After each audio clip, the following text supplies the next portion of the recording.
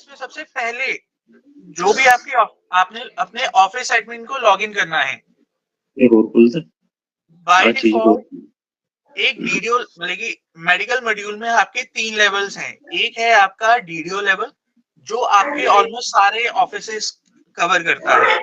उसके बाद आता है आपका सिविल सर्जन ऑफिस जो हर एक डिस्ट्रिक्ट में एक लेवल है। और सबसे ऊपर आता है आपका डीएचएस।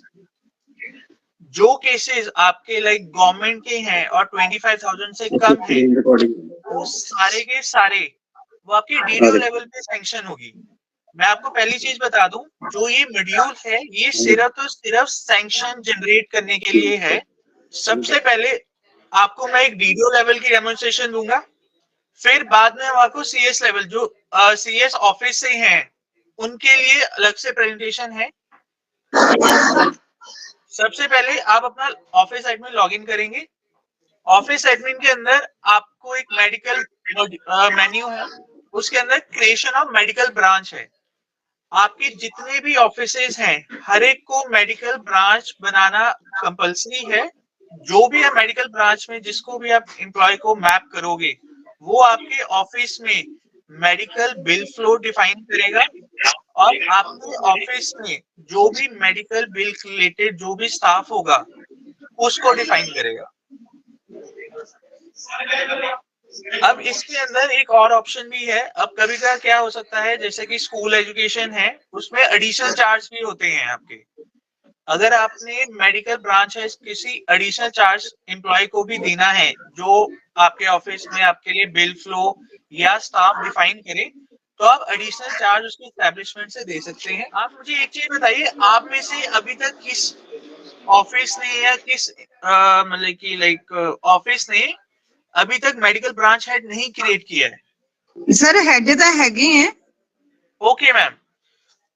सर हेड तो जिवें 22-35 है रिटायरी दा।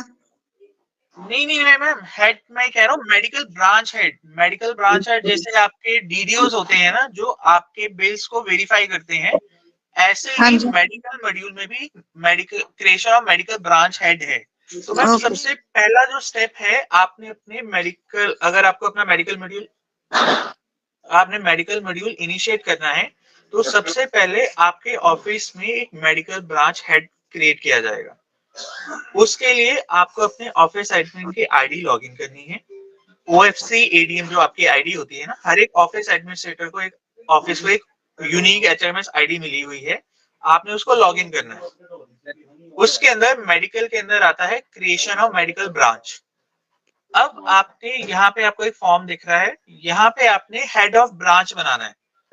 आप अपने ऑफिस में आप किसी को भी बना सकते हैं, वो आपका बेशक हो सकता है आपका डीडीओ हो सकता है आपका डीलिंग असिस्टेंट हो।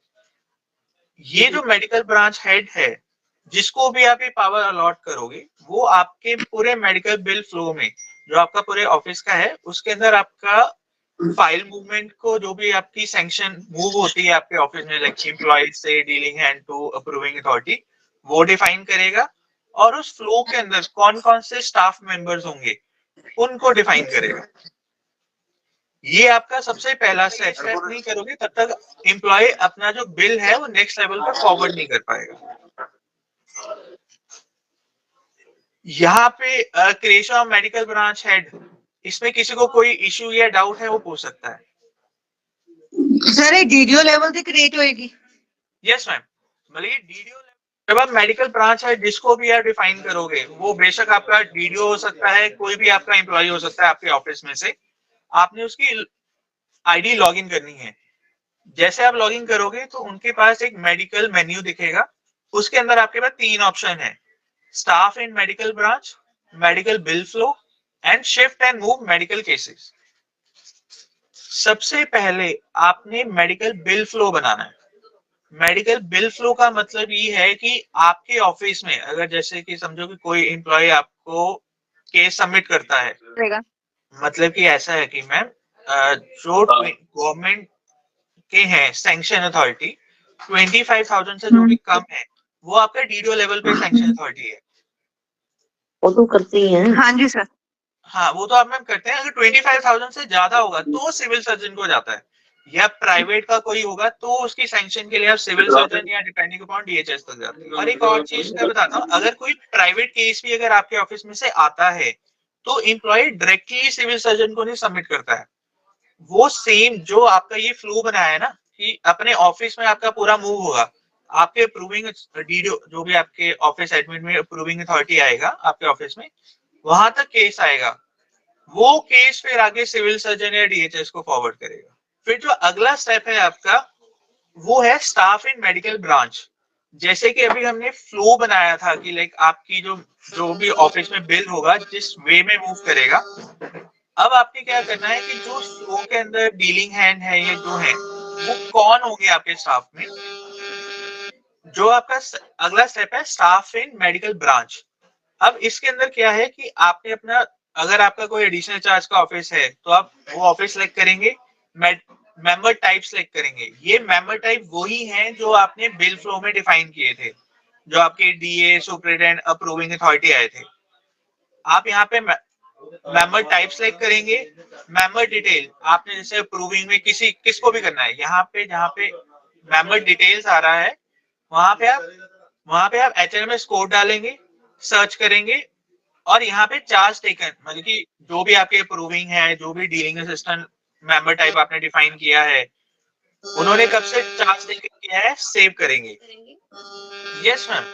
मैम आपको आगे सबमिशन का प्रोसेस आगे है। ये आपका मेन प्रोसेस है कि आपने मेडिकल ब्रांच हेड बनाना है, उसके बाद फ्लो डिफाइन करना है। फ्लो डिफाइन करने के बाद आपने उस फ्लो में जो भी आपके स्टाफ मेंबर्स हैं उनको डिफाइन करना है।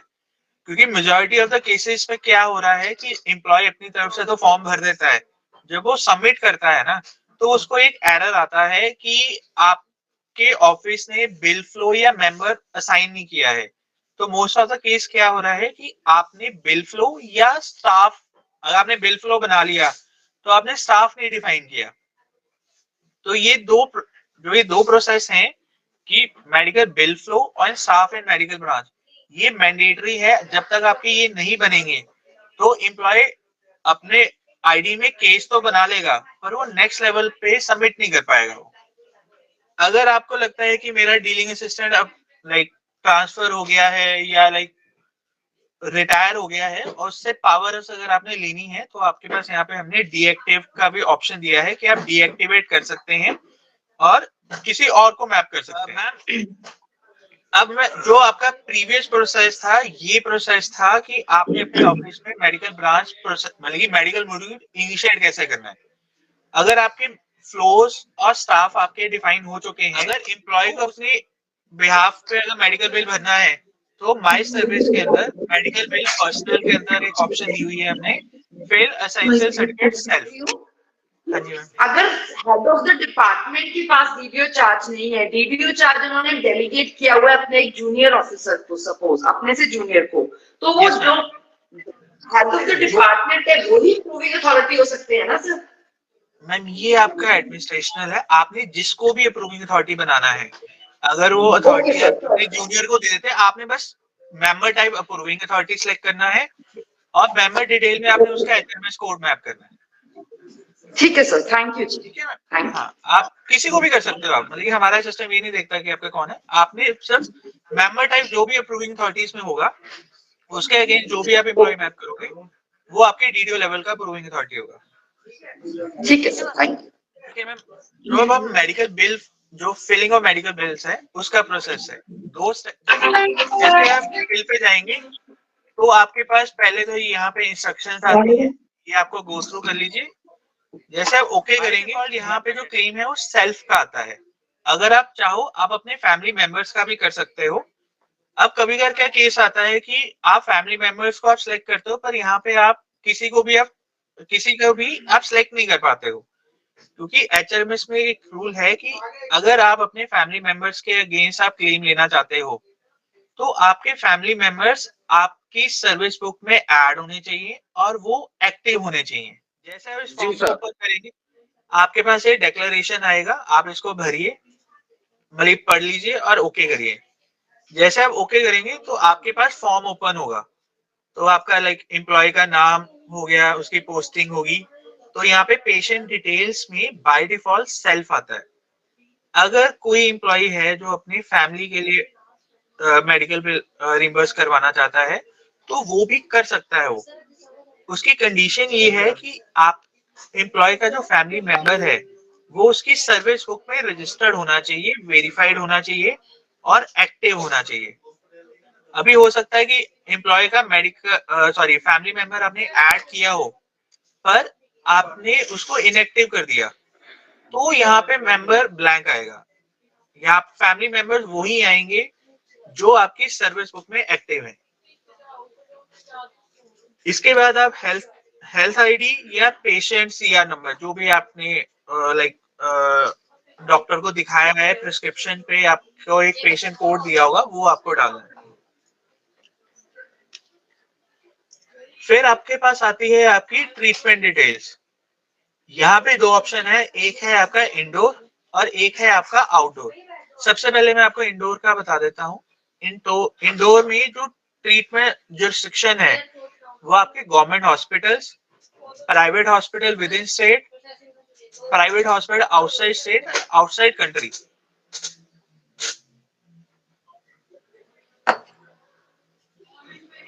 अगर आप गवर्नमेंट हॉस्पिटल सेलेक्ट करते हैं तो हॉस्पिटल की लिस्ट में आपके पास आपके जो डिस्ट्रिक्ट है, आपके स्टेट के आपके गवर्नमेंट हॉस्पिटल्स की लिस्ट आएगी, आपने उनको सिलेक्ट करना है।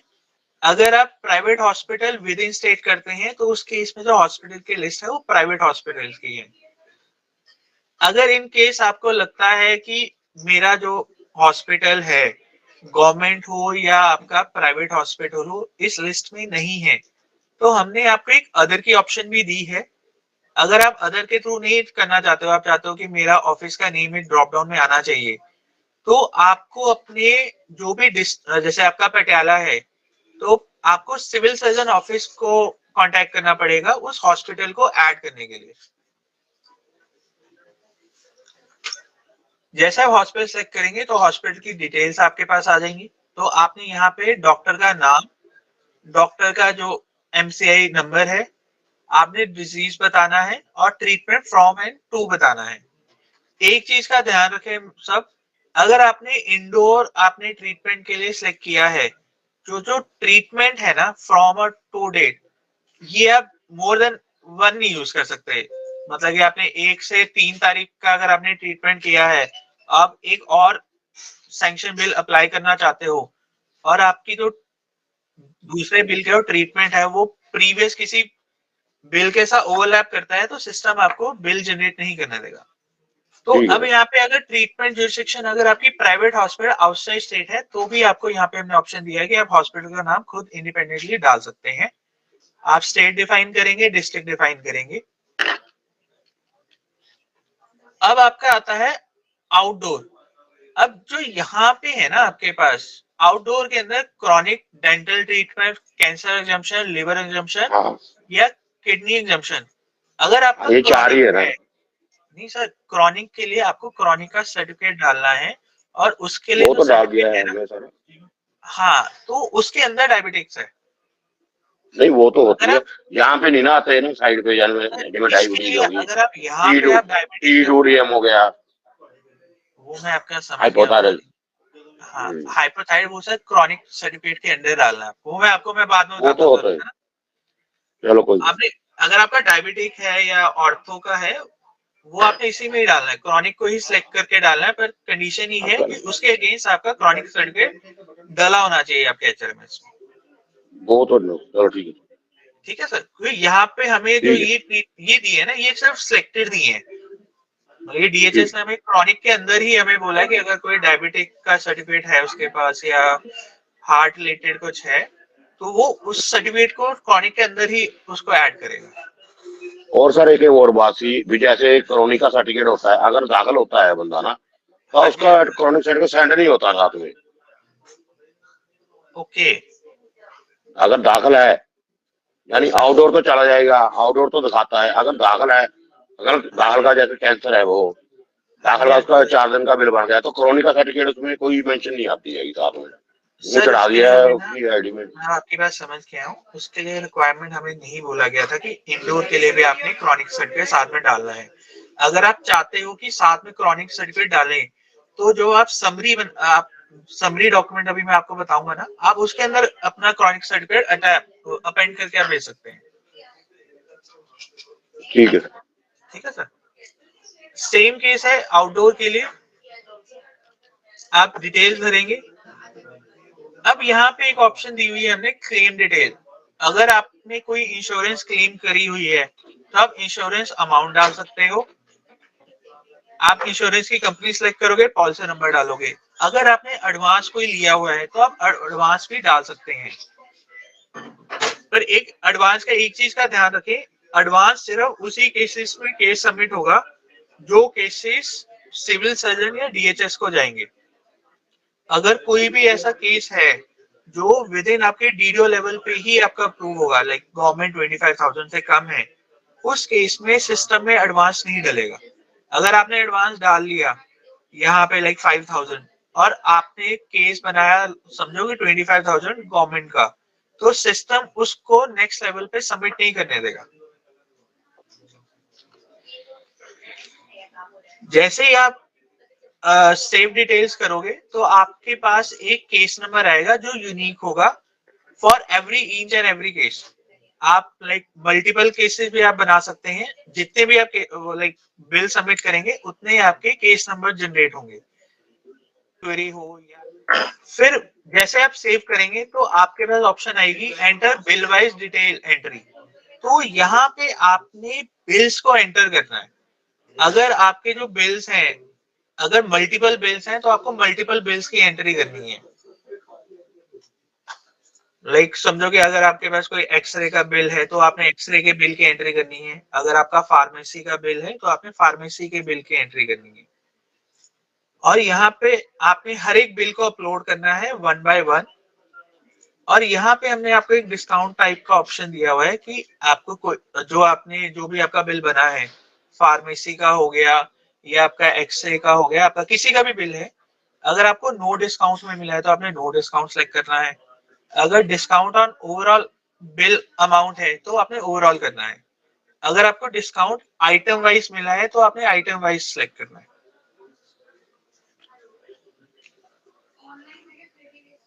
जैसे आप सिलेक्ट करेंगे, आपने क्लेम अमाउंट डाल दिया, लाइक ये डाला है 30,000 समथिंग, आप सेव करेंगे तो आपके पास नीचे आपको उस बिल की आइटम वाइज एंट्री डालनी है। ठीक है मैम।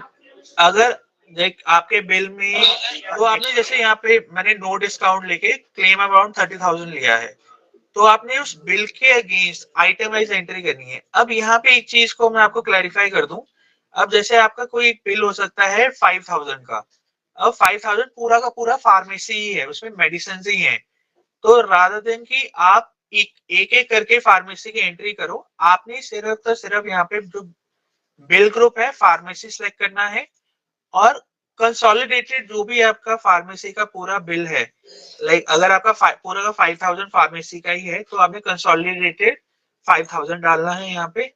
अगर आपका ऐसा है कि 5,000 में से समझो कि आपकी 4,000 की दवाइयां हैं तो आपने 4,000 पे से यहाँ पे कंसोलिडेटेड अमाउंट डालना है इसमें। अगर कभी कभी क्या होता है कि आपको मतलब कि समझ नहीं आता है कि आपकी जो लाइक बिल के अंदर जो भी आपकी प्रिस्क्रिप्शन में कुछ भी लिखा है कि लाइक आपका ईएनटी है या कोई इम्प्लांट है, आपको समझ नहीं आ रहा कि किस कैटेगरी के अंदर हो सकता है, सब कैटेगरी के अंदर हो सकता है या किसी में भी, तो हमने आपको एक ना टाइप टू सर्च के एक ऑप्शन दी है, यहाँ पे आप टाइप कर सकते हैं। लाइक अगर आपको ईएनटी टाइप करोगे तो, और आपने किस रो में डालना है, लाइक जैसे यहाँ पे 2 रोज हैं, अगर मैं रो 1 को चेंज करना चाहता हूँ तो आप रो 1 सेलेक्ट करोगे और यहाँ पे आप लिखो कि समझो फार्मेसी लिख लो या आप लिख सकते हो यहाँ पे एक्सरे। तो आपके पास जो भी उस वर्ड रिलेटेड जो भी आपके टाइप्स होंगे ना, आपको सिस्टम उसको बाइफिकेट करके दे देगा कि आपको किस कैटेगरी में आपको सिलेक्ट करना है। आप जैसे सिलेक्ट करेंगे तो सिस्टम ऑटोमेटिकली आपके लिए वो सारे पैरामीटर्स यहाँ पे बिल ग्रुप, कैटेगरी, सब कैटेगरी आपके लिए फिल कर देगा। अगर आपका बिल मैच कर जाता है तो आप सेव द बिल डिटेल कर दीजिए। अगर आपको लगता है कि मेरे और आइटम्स हैं तो आपने ऐड रो करके आप मल्टीपल एंट्रीज आप करोगे। अगर आपको लगता है कि मेरे पास और बिल भी पेंडिंग है, तो आपने क्रिएट न्यू बिल पे करना है। जैसे आप क्रिएट न्यू बिल पे करोगे तो आपके पास फिर से यही ऑप्शन आएगी, आपने फिर से अपना सेकंड बिल भरना है, बिल डिटेल्स डालनी है, सेव करना है। जैसे जैसे आप सेव करते रहोगे आपका जो अमाउंट है वो इंक्रीज होता रहेगा। जैसे कि फर्स्ट केस में आपने 5000 का भरा, आपने बिल डिटेल भर दी, आप जब सेकंड बिल भरोगे 10,000 का भरोगे, तो ऐसे मल्टीपल एंट्री हो जाएंगी। अगर आपका यहाँ पे ऐसा है कि अगर आपका 25,000 से कम हुआ तो सिस्टम के हिसाब से आपका डीडीओ लेवल पे अप्रूविंग अथॉरिटी होगी। आपका कंसोलिडेटेड ऐसा नहीं है कि आप मल्टीपल बिल जैसे जैसे भरते रहोगे आपका जो क्लेम अमाउंट है वैसे वैसे इंक्रीज होता रहेगा। मैम जो जैसे है कि आपने कोई भी एक बिल डाला, आपने उसी बिल को स्कैन करके डालना है। ऐसे नहीं है कि आपने कोई कभी का क्या केस हो रहा है, आप एंट्री एक बिल की करते हो पर आपके पास 5-6 बिल्स हैं, आप इकट्ठा एक ही पीडीएफ बना के यहाँ पे ऐड कर देते हो, वो नहीं करना है। ਜਿਵੇਂ ਸਾਡੇ ਕੋਲ ਮੋਸਟਲੀ ਕੋਈ ਵੀ ਹੁੰਦਾ ਬਿਲੋ 25 ਅਦਰਵਾਈਜ਼ ਅਬਵ 25,000 ਦੇ ਬਿਲ ਹੁੰਦੇ, ਫਿਰ ਉਹ ਸਾਰੇ ਸਕੈਨ ਕਰਕੇ ਬਿਲ ਪਾਣੇ ਆ ਉਰੇ 1 बाय 1। यस मैम, अगर आपका जैसे एक जो बिल आता है ना आपके पास, अगर वो बिल का अमाउंट ही 25,000 का है तो आपने वो उतना ही बिल अपलोड करना है आपने। अगर आपके पास दो बिल्स हैं, लाइक एक 25,000 का है और एक अलग 25,000 का है, तो आपने पहले एक 25,000 की एंट्री करनी है। जब उसके अगेंस्ट आप आइटम की सारी एंट्री कर दोगे फिर आपने new bill, in the sense case number आपका वही रहेगा, आप बस बिल्स की एंट्री करोगे। आप बल्कि ये नहीं करना है कि आपका एक 25,000 का बिल है तो उसके लिए अलग केस नंबर है और दूसरा 25,000 के लिए आप अलग से पूरी की पूरी डिटेल डालोगे, ऐसा नहीं करना है। आपने एक ही बिल में सारे एंट्रीज, एक ही केस के अंदर सारी मल्टीपल एंट्रीज डालनी है। ਸਰ ਫਿਰ ਉਹ ਸਾਰੇ ਬਿੱਲ ਅੱਗੇ ਡਿਸਪਲੇ ਜਿਹੜਾ ਤੁਸੀਂ ਨੇ ਇਸ ਤੋਂ ਅੱਗੇ ਕੀਤਾ ਸੀਗਾ ਉੱਥੇ ਆਪਣੇ ਆਪ ਆ ਜਾਣਗੇ ਸਾਰੇ ਬਿੱਲ? यस मैम, सारे आएंगे यहाँ पे। ਹਾਂ ਸਰ ਇਹ ਚੀਜ਼ ਹਾਂਜੀ, ਇਹ ਜਿੰਨੇ ਸਕੈਨ ਕਰਾਂਗੇ ਬਿੱਲ ਉਹਦੇ ਸਾਰਿਆਂ ਦੀ डिटेल आएगी सर? हाँ, आपको आइटम में सारी डिटेल डालनी पड़ेगी। उस केस में ऐसा है कि जो फार्मेसी है उसको आप कंसोलिडेटेड एक आइटम में डाल सकते हो। अगर आपके पास जैसे कोई बिल है समझो 20,000 का है और 20,000 के अंदर ही सारी मेडिसिन ही हैं, तो आपने सिर्फ आइटम वाइज में सिर्फ मेडिसिन को सिलेक्ट करके यहाँ पे 20,000 डालना है बस और बिल सेव कर सिर्फ देना। मेडिसिन? ठीक है। सिर्फ मेडिसिन के रिलेटेड अगर आपके उस बिल के अंदर ऐसा होता है कि मेडिसिन भी ਸਰ है। ਇੱਕ ਹੋਰ ਪੁਆਇੰਟ ਸੀਗਾ ਸਾਡੇ ਕੋਲ ਨਾ, ਹੁਣ ਪਿੱਛੇ ਜੇ ਇੱਕ ਅਸੀਂ ਸਬਮਿਟ ਬਿੱਲ ਕਰਵਾਇਆ ਹੈ ਇਸ ਟ੍ਰੇਨਿੰਗ ਤੋਂ ਪਹਿਲਾਂ, हाँ ਉਹਨਾਂ जी, ਦੇ ਨਾ ਕੋਈ ਬੈਕ ਤੇ ਕੁਝ ਪਿੰਪਲ ਟਾਈਪ ਹੋ ਗਿਆ ਸੀ ਕਾਫੀ, ਜਿਸ ਦਾ ਆਪਰੇਟ ਕਰਵਾਉਣਾ ਪਿਆ ਉਹਨਾਂ ਨੂੰ। Yes ma'am. ਲੇਕਿਨ ਉਹਨਾਂ ਦੀ ਨਾ ਡਾਕਟਰ ਨੇ MRIs ਵੀ ਕਰਵਾਈਆਂ ਸੀ, ਉਹ ਵੀ ਅਸੀਂ ਨਾਲ ਲਗਾ ਕੇ ਭੇਜੀਆਂ ਨੇ, ਕਾਫੀ ਬੜੇ ਸੀਗੇ। ਫਿਰ ਉਹ ਉਸ ਕੇਸ ਵਿੱਚ ਸਰ ਉਹਨਾਂ ਨੂੰ ਕਿਵੇਂ ਸਕੈਨ ਕਰਕੇ ਪਾਵਾਂਗੇ ਉਰੇ ਆਪਾਂ? ਉਹ ਵੀ ਤਾਂ ਆਪਾਂ ਨੂੰ ਕਰਨਾ ਪਏਗਾ ना, एक्सरे अटैच करना पड़ेगा सारा कुछ। हाँ, वो मैं आपकी समझ गया। मैं वो आपकी बिल के अंदर नहीं आएगी। आपने जो इसके अंदर यहाँ पे जो बिल डालना है ना, बिल डिटेल्स में आपने जैसे हाँ एम्प्लॉय जी। ने वो MRI का जो बिल पे किया होगा ना वो डालना है। हाँ जो जी। जो MRI का स्कैन है नॉल है वो आगे आता है, वो यहाँ पे नहीं डालना आपने। यहाँ पे करना सिर्फ वो भी बिल डालना है। अपलोड है सर? हाँ, वो भी अपलोड है। सर हार्ड कॉपी ਤੁਹਾਨੂੰ ਭੇਜਣੀ ਹੈਗੀ ਹੈ? नहीं मैम, इसमें ऑनलाइन है, सारा स्कैन है अपना। हार्ड वो मैं कॉपी आगे फिर उनको हार्ड कॉपीज नहीं भेजनिया हूँ? नहीं मैम, हार्ड कॉपी तो भेजनी नहीं है। वो आपके एक्चुअली सिविल सर्जन DHS का कॉल है। अभी के लिए हमें के लिए तो यही बोला है कि सारा का सारा सॉफ्ट कॉपी से ही जाएगा। आप जैसे आप बिल्स डालेंगे, ठीक है, आप 1 बाय 1 जैसे आप मल्टीपल बिल्स आपके 1 है 2 है 3 है, आपने बिल डालेंगे। उसके बाद आपने जो एसेंशियल यहाँ पे जैसे आप देख रहे हैं ना, व्यू एसेंशियल सर्टिफिकेट, आपने एसेंशियल सर्टिफिकेट को आपने डाउनलोड करना है और इस पे आपने एम्प्लॉय के साइन करवानी है और जो भी आपकी अथॉरिटी है मेडिकल की उससे आपने साइन करवानी है। उसके बाद अब जैसे आपने सारा बिल आपने भर लिया, अब आपने उसके अगेंस्ट आपने डॉक्यूमेंट अपलोड करने हैं। तो उसके लिए माय सर्विस के अंदर मेडिकल बिल पर्सनल के अंदर एक ऑप्शन दी हुई है हमने, upload/submit medical bill self। अब वहां पे जाएंगे, वहां पे पेशेंट डिटेल्स में आपने केस नंबर फाइंड करना है कि जो आपने केस इनिशिएट किया था उस केस के अगेंस्ट ही आप अपने डॉक्यूमेंट डालेंगे। जैसे अब मैं यहाँ पे केस नंबर 122 सेलेक्ट किया है मैंने। अब यहाँ पे डॉक्यूमेंट टाइप्स में एक यहाँ पे आते हैं डिस्चार्ज समरी। डिस्चार्ज समरी के अंदर आपने अपनी जो भी पेशेंट की डायग्नोस्टिक्स है, जो आप कह रहे थे कि आपने ईसीजी स्कैन करवा के रखा है, उसकी सारी कॉपी आपने यहाँ पे डालनी है।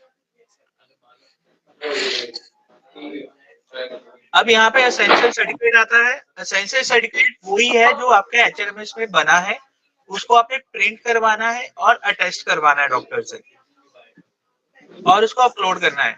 अगर इन केस आपने कोई इंश्योरेंस क्लेम लिया है या कोई एडवांस लिया है तो उसके अगेंस्ट भी आपको सपोर्टिंग डॉक्यूमेंट डालने हैं। और कभी का केस क्या हो सकता है कि आपका कोई मेडिकल बिल जो है वो 6 महीने से ज्यादा पुराना है, लाइक आप 6 महीने के बाद आप उसको अप्लाई कर रहे हो, तो यहाँ पे आपके पास एक ऑप्शन आती है डिले सर्टिफिकेट के लिए भी कि आपने लाइक जो आपकी अप्रूवल होती है कि आपने डिले आप क्लेम कर रहे हो तो उसकी अप्रूवल की रिक्वेस्ट पे आपने डॉक्यूमेंट अपलोड करना है। सेम केस अगर आपका कोई ट्रीटमेंट आउटसाइड कंट्री हुआ है या आउटसाइड स्टेट हुआ है तो आपने उसी के केस अगेंस्ट आपने उसके डॉक्यूमेंट अपलोड करने हैं। जैसे आप सारे डॉक्यूमेंट अपलोड कर दोगे तो आपके पास यहाँ पे सबमिट बटन आ जाएगा। यहाँ जैसे सबमिट करोगे तो आपका पॉपअप आएगा, तो यहाँ पे आपका ये है सेल्फ डिक्लेरेशन है। ये आपने I hereby read and agree करना है, प्रोसेस विद ओटीपी वेरिफिकेशन करना है। अगर तो आपके ऑफिस ने आपके जो भी एम्प्लॉय है उसके ऑफिस ने उसका बिल फ्लो डिफाइन किया है और उसके बिल फ्लो में सारे स्टाफ एंड मेंबर को मैप किया है तो आपका केस सबमिट हो जाएगा। नहीं तो यहाँ पे आपको मोस्टली जो एरर आएगा आपको ये आएगा कि बिल फ्लो नहीं डिफाइन हुआ या तो यहाँ पे आपको एक एरर आएगा कि आपका स्टाफ नेक्स्ट लेवल पे जो स्टाफ है वो डिफाइन नहीं है। तो आपने अपने ब्रांच मेडिकल ब्रांच हेड को कांटेक्ट करना है जो भी आपके ऑफिस में होगा वीडियो लेवल पे, वो आपके लिए इसकी करेक्शन करेगा, मतलब कि वो स्टाफ बनाएगा, मतलब स्टाफ को मैप करेगा या मेडिकल बिल फ्लो डिफाइन करेगा। मोस्ट ऑफ द केसेस आपका सारा यहाँ तक बन जाता है, जब आप केस सबमिट करते हो तभी आपको यहाँ पे एरर आता है। हेलो सर, मैंने पूछना जिवें अपने कोई बिल होंदे ने ना जेडे अपने ਲੈਬੋਰਟਰੀ ਦੇ। ਹਾਂਜੀ ਸਰ, ਲੈਬੋਰਟਰੀ ਦੇ ਬਿਲ ਹੁੰਦੇ ਨਾ ਜਿਹੜੇ, ਉਹਨਾਂ ਦੇ ਵਿੱਚ ਸਰ ਕੋਈ GST ਨੰਬਰ ਜਾਂ पैन नंबर या अपना वो नहीं मिल रहा अपन रोज की क्या पाना होता है, पा दी आपने कुछ नहीं करना। अगर आपका GST पैन नंबर नहीं है आप यहाँ पे NA कर दो बस। ठीक है सर, ठीक है, मैंडेटरी नहीं। अगर है GST तो आप डाल सकते हो, अगर आपके पास नहीं है तो आप NA करके आप सेव कर नहीं। अगर GST या पैन नंबर या टैन नंबर DL नंबर नहीं है तो NA कर दो। NA कर दीजिए। अब आपको मैं बताता हूँ, अपडेट क्रॉनिकल डिसीज सर्टिफिकेट, ये उस केस में है अगर आप आउटडोर के लिए क्रॉनिकल डिसीज के लिए करते हैं।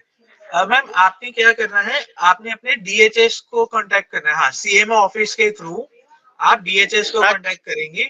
अगर वो क्लैरिफाई करते हैं कि ये जो भी आपका ट्रीटमेंट है ये कवर हो सकता है और ट्रीटमेंट टाइप नहीं है तो वो ऐड करेंगे यहाँ पे टाइप में, कैटेगरीज में। ठीक है सर, ठीक है सर, क्योंकि हमने जो हमें कैटेगरीज एंड ऑल डिफाइन करवाई गई है ना, हमने वही ऐड करी है ट्रीटमेंट्स के लिए। हाँ, अब जो यहाँ पे क्रॉनिकल सर्टिफिकेट है आप मोर देन 1 भी डाल सकते हैं। सर आपको यहाँ पे था कोई एक एम्प्लॉय था जिसको क्रॉनिकल सर्टिफिकेट के अगेंस्ट इशू आ रहा था, बोल सकते हैं आप? ठीक है सर, मैं क्रॉनिकल जो है उनसे मैं बाद में आपको आप मुझे बता देना। अब हम अगले स्टेप में चलते हैं। पहला स्टेप तो ये था कि एम्प्लॉय ने अपना बिल भरा, सबमिट किया, नेक्स्ट लेवल पे सबमिट हो गया। अब जैसे आपने फ्लो डिफाइन किया था कि एम्प्लॉय अपने मेडिकल ब्रांच हेड को भेजेगा, मेडिकल ब्रांच आगे भेजेगा, जो आपके स्टाफ हैं वो कैसे आपका बिल प्रोसेस करेंगे उसका कैसे है, अब कोई भी मेडिकल ब्रांच हेड है या कोई भी डीए डिफाइन होता है तो माई सर्विस के अंदर हमने ऑप्शन दी हुई है मेडिकल बिल ऑफिशियल, इसके अंदर ऑप्शन है प्रोसेस मेडिकल बिल। जैसे आप इस ऑप्शन को ओपन करेंगे आपके पास सारे के सारे केसेस जो एम्प्लॉय ने आपको सबमिट करे हैं या किसी और स्टाफ मेंबर ने आपको फॉरवर्ड करे हैं उन सबके यहाँ पे लिस्ट आ जाएगी। जो स्टाफ मेंबर है उसको व्यू करेगा, किसी भी केस को कर सकता है, उस केस की पूरी डिटेल्स आएंगी। अब यहाँ पे जो भी एम्प्लॉय ने अपने डॉक्यूमेंट अपलोड करे थे, जो भी स्टाफ है उसके ऑफिस में क्लरिकल हो अप्रूविंग अथॉरिटी हो, वो सारे डॉक्यूमेंट चेक कर सकता है।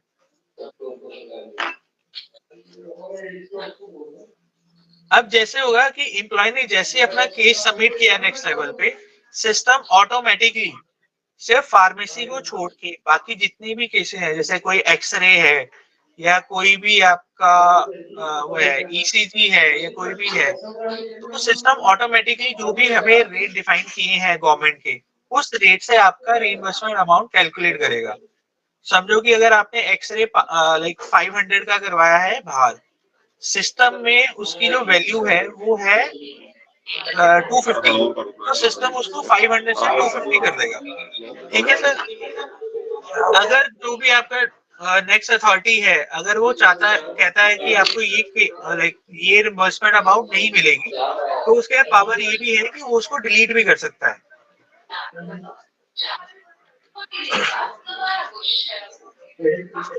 अब यहाँ पे आपके पास सैंक्शन ऑर्डर आ जाता है।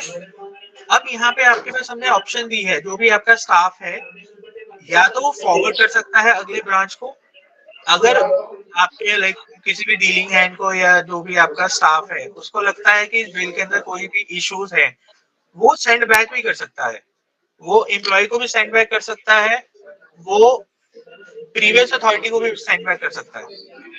अगर इन केस जैसे कि अगर आपके ऑफिस में आपने मल्टीपल डीलिंग हैंड रखे हैं, लाइक आप more than one staff member को डिफाइन करते हो, तो जब भी आपका प्रीवियस हायरार्की ऑफिसर है ना, जब वो सबमिट करेगा नेक्स्ट लेवल को, तो उसके बाद ऑप्शन आएगी कि उसने किसको सबमिट करना है। अगर उसके जैसे इस केस में अप्रूविंग अथॉरिटी सिस्टम में 2 है, तो इसके बाद ऑप्शन आएगी कि आपने दोनों में से किसको सबमिट करना है। आप उस एम्प्लॉय को क्लिक करेंगे, सबमिट करेंगे। सेम केस है, अगर आप सेंड बैक करना चाहते हो आप सेंड बैक भी कर सकते हो। आपने रीजन सेलेक्ट करना है, नोटिंग देनी है, सेंड बैक। आप एम्प्लॉय को सबमिट कर सकते हो, आप सेंड बैक है आप उसी हायरार्की में कर सकते हो जिस केस में आपके पास आया है। अगर एम्प्लॉय ने ही मेडिकल ब्रांच हेड को भेजा तो medical branch head send back सिर्फ एम्प्लॉय को कर सकता है। सेम केस अगर अप्रूविंग अथॉरिटी सेंड बैक करना चाहता है तो उससे प्रीवियस वाली जो भी मेडिकल बिल फ्लो में जो भी हायरार्की ऑफिसर थे उन सबको सबमिट सेंड बैक कर सकता है। यहाँ पे किसी को कोई इश्यू या डाउट है वो पूछ सकता है। सर वो एडिट हो सकता है, डिलीट नहीं होगा। हाँ, डिलीट नहीं होगा। मतलब कि आप क्या हमारे पास ना 1-2 केसेस ऐसा आए थे, एम्प्लॉय ने सबमिट कर दिया था, उसके बाद उसको आया कि ये केस नहीं था, उसका अप्रूवल नहीं होना था। तो अगर आपने एक बार सबमिट कर दिया है, बेशक वो रिजेक्ट हो जाए, आप डिलीट नहीं कर सकते उस रिक्वेस्ट को, वो आपके पास पड़ी रहेगी, पेंडिंग रहेगी, वो वैसी रहेगी, खड़ी रहेगी। आप डिलीट नहीं कर सकते रिक्वेस्ट। ना न्यू, पर हाँ उसमें कंडीशन यही है कि टाइम ओवरलैप नहीं होना चाहिए आपका, जो ट्रीटमेंट डेट है वो ओवरलैप नहीं होना चाहिए। मल्टीपल आप भेज सकते हो। तो सर क्रॉनिक के बारे में पूछना थी सर। हाँ जी सर बताइए। आज सर जैसे आप क्रॉनिक में आपको 2-3 बीमारी है कटी, जैसे हाइपोथायराइडिज्म है या टूरिडियम है या अपना एचटीएन है ना, उसको कितने बार अपलोड करें? क्योंकि एक बार एंट्री करो। हाँ वही बात है ना, दोबारा एंट्री करनी पड़ेगी ना। हाँ दोबारा जितने सर्टिफिकेट्स हैं उतने ही आपको एंट्री करनी। नहीं सर्टिफिकेट एक है, एंट्री 2 करनी पड़ेगी सर, क्योंकि एक बार में एक चक्कर है ना ये एंट्री। हाँ आपको फिर मल्टीपल करनी पड़ेगी। ठीक है ठीक है। अब जैसे कि अप्रूविंग अथॉरिटी के पास आ जाता है और आपका केस है 25,000 से कम और गवर्नमेंट का है, तो अप्रूविंग अथॉरिटी के पास यहाँ पे आएगा approve and e sign sanction authority, sanction order. अगर आपने आपके ऑफिस में किसी ने भी वेरीफाई किया है, सर्विस को वेरीफाई करी है, एक जो वेरियस सर्विस को अपडेशन होगी या पेंशन केस को ई साइन किया है, तो प्रोसेस ऑलमोस्ट सेम है, ठीक है ना। जैसे आप अप्रूविंग करेंगे तो आपके पास यहाँ पे सैंक्शन ऑर्डर आएगा, भले कि आपको ई साइन करना है, आप डिक्लेरेशन को टिक करेंगे, सबमिट करेंगे। यहाँ पे आपने जैसे आप सबमिट करोगे तो आपको आधार कार्ड की आईडी साइट पे लेके जाएगा, वो वहां पे अपना आधार कार्ड डालेगा जो भी अप्रूविंग अथॉरिटी है और गेट ओटीपी करेगा।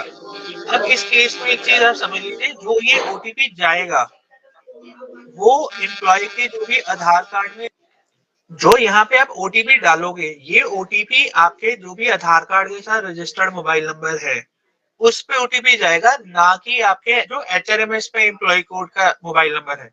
अगर तो आपके आधार कार्ड के साथ सेम है तो वेल एंड गुड है, नहीं है तो ये आधार कार्ड के ओटीपी मोबाइल नंबर पे ओटीपी जाएगा और उसका आपने कंफर्म करना है कि आपका मोबाइल नंबर क्या है। तो यहाँ पे आपको हम एक मतलब कि यहाँ पे आपका मोबाइल नंबर के लास्ट 4 डिजिट आते हैं वेरीफाई करने के लिए कि आपका ये मोबाइल नंबर आपका ही है या किसी और का है।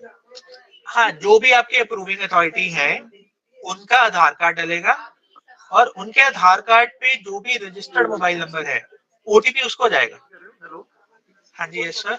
सर, जो होमी बाबा संगरूर हॉस्पिटल है वो कैंसर हॉस्पिटल है, हाँ वो जी गवर्नमेंट में ही आ गया है 25,000 तक, या हमें भेजना पड़ेगा सिविल सर्जन को?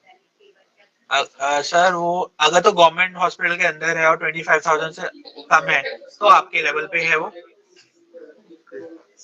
ठीक है सर। अगर 25,000 से बड़ा है उसकी क्लैरिफिकेशन तो हम गवर्नमेंट का ही माने सर, उसके लिए क्लैरिफिकेशन आपको सिविल सर्जन या डीएचएस देगा सर, ओके क्योंकि जो ये क्लैरिफिकेशन है ना कि ये हॉस्पिटल हम गवर्नमेंट के अंदर ट्रीट कर रहे हैं या प्राइवेट में कर रहे हैं, वो आपको डीएचएस ही करेगा क्योंकि वो ही एंट्री करता है, ओके सर, ठीक है सर। अगर तो वो गवर्नमेंट के अंदर उसको क्लैरिफाई कर रहा है डीएचएस तो 25,000 बिलो है तो सैंक्शन अथॉरिटी आपके पास है, नहीं है तो सिविल सर्जन या डीएचएस को जाएगी, okay sir, okay, thank you ठीक है सर।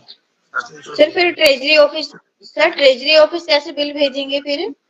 अब मैं आपको बताता हूँ, जैसे आपका ई साइन हो जाएगा, आपका अप्रूव हो गया तो आपके पास ये सैंक्शन ऑर्डर बनेगा। आपने बिल आईएफएमएस में डायरेक्टली बनाना है और सैंक्शन, ये जो सैंक्शन है ये आपने साथ में अटैच करके भेजना है।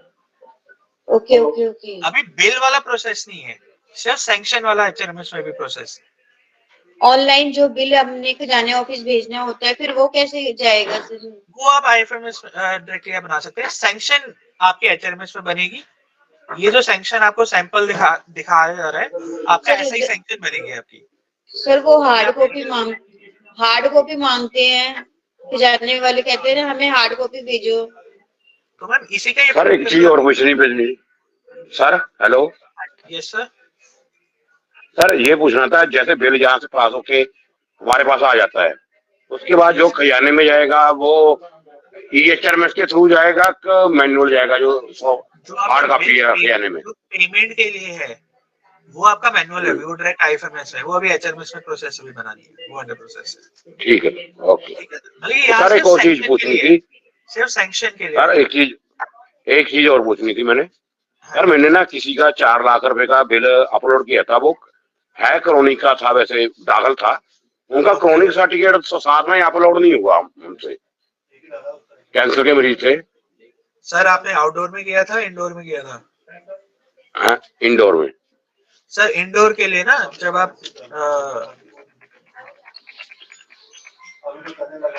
यहाँ पे जब आप डॉक्यूमेंट अपलोड कर रहे हो ना तो डिस्चार्ज समरी के अंदर अटैच करके आप डाल दीजिए। ठीक है सर, चलो मैं आप तो भेज दिए सर। जो भी डॉक्यूमेंट्स हैं आप उसके साथ अटैच करके आप डाल दीजिएगा। सर ये कैसे पता लगेगा कौन सी बीमारी इंडोर में आती है कौन सी आउटडोर में आती है? सर मैम इंडोर का हम ये कह रहे हैं कि अगर आप दाखिल हुए हो तो उसको इंडोर है, आउटडोर हम वो कह रहे हैं कि जो आप ओपीडी में जाते हो आप उसके लिए। Okay okay. जैसे आप आउटडोर में और चीज भी पूछनी थी सर। जैसे ना हमारा हीरिंग्स का बिल होता है, ठीक है ना, हीरिंग्स हो गया, हीरिंग करने की मशीन। हाँ जी सर। वो क्रॉनिक में नहीं आती, उसको आउटडोर दिखाया जाता है, उसमें फिर क्रॉनिक भी नहीं चकता है, उसमें क्या चीज डाले? सर सर हाँ, उसमें कोई ऑप्शन नहीं है सर हीयरिंग के लिए, हीयरिंग की मशीन के लिए। ओके सर, इसके लिए ना आपको अपने ऐसे सिविल सर्जन, मैं समझ गया सर, अगर नहीं, मैं आपको तो आपको ये आ बता रही रहा है। हूँ, ऐसे ही कई बीमारियां आती है सर, हीयरिंग आती है, जैसे अगर मशीन परचेज करनी है, कुछ भी करनी है। ओके ओके सर, तो इसके लिए ना ठीक है आपसे ना? रिक्वेस्ट है कि आप अपने या तो सिविल सर्जन के थ्रू या डीएचएल जो है उनको आप कांटेक्ट सर वो करिए, मेरे नहीं, वो बताइए, वो मेरे ऐड को दिक्कत नहीं है, सर। अगर क्योंकि मैं आप ना सभी को एक चीज मैं बताया था, अगर आपको लगता है कि इस मॉड्यूल में कोई भी आपको अपडेट करना, कोई भी ऐड ऑन करवाना है, तो आपको सिविल सर्जन, अपने सिविल सर्जन या डीएचएस को कांटेक्ट करना पड़ेगा फॉर वो तो कर क्लैरिफिकेशन। लेंगे सर। अगर अगर वो हमें कहते हैं कि ये अपडेट करना है इस फॉर्म में, तो हम उनके अप्रूवल से हम ऐड ऑन कर देंगे। चलो कोई बात नहीं सर, जो अब कोई आएगा केस बता देंगे। हाँ जी। अब मैम आपका अगला स्टेप क्या है कि अगर आपका कोई केस ऐसा है जो डीडीओ लेवल पे अप्रूविंग अथॉरिटी नहीं होगी, ठीक है, और वो उससे सिविल सर्जन को जाना है, तो आपके अप्रूविंग अथॉरिटी के पास अप्रूविंग का ऑप्शन ही आएगा, उनके पास आएगा submit bill to civil surgeon office.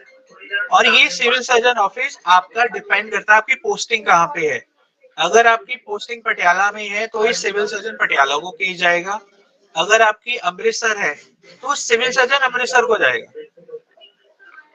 अब कभी कभार क्या इशू आ जाता है कि एम्प्लॉय जैसे अमृतसर से पटियाला आ गया, उसने अपना पोस्टिंग अभी भी अमृतसर ही रखा है, तो उस केस में जो ये केस है ये अमृतसर जाएगा।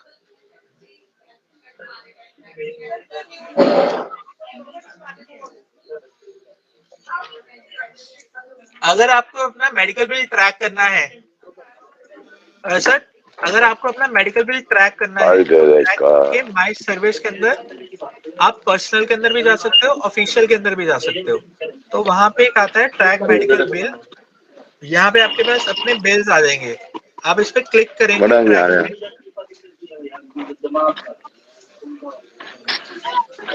तो आप ट्रैक कर सकते हैं। अगर कभी अब कभी कभार क्या इशू आता है कि कोई आपका जैसे डीलिंग हैंड है, वो आपका शिफ्ट हो गया या लाइक रिटायर, मतलब कि लाइक ऑफिस छोड़ के चला गया है और उसके पास कोई भी मेडिकल बिल पेंडिंग पड़ा है, तो हमने आपको ना एक ऑप्शन दिया हुआ है शिफ्ट/मूव मेडिकल केसेस। जैसे कि सेम जैसे अगर आपने कोई आपके ऑफिस में किसी ने पेंशन मैनेजमेंट में काम किया है कि अगर आप एक पेंशन केस एक ऑफिस से दूसरे ऑफिसर को शिफ्ट करना चाहते हो, ऐसी सेम केस मेडिकल बिल के साथ भी है। अगर आप मेडिकल केस को शिफ्ट करना चाहते हो तो वो भी आप कर सकते हो। फॉर एग्जाम्पल कि आपका कोई डीलिंग हैंड है, वो आपका रिटायर हो गया, ऑफिस छोड़ गया और उसके पास कोई भी बिल लाइक केस पेंडिंग पड़ा हुआ है और आपने एक नया डीलिंग हैंड असाइन कर लिया है, तो आप क्या करोगे, आप medical bill pending with DA level, जो भी आपका जिस भी एम्प्लॉय से आपने शिफ्ट करना है, आप वो एम्प्लॉय सेलेक्ट करोगे, उसके बाद सारे के सारे पेंडिंग केसेस आ जाएंगे। आप केसेस को सिलेक्ट करोगे और जिसको भी आपने जो भी आपने नया डीलिंग हैंड बनाया है, आप उसको सिलेक्ट करके फॉरवर्ड कर दोगे केस।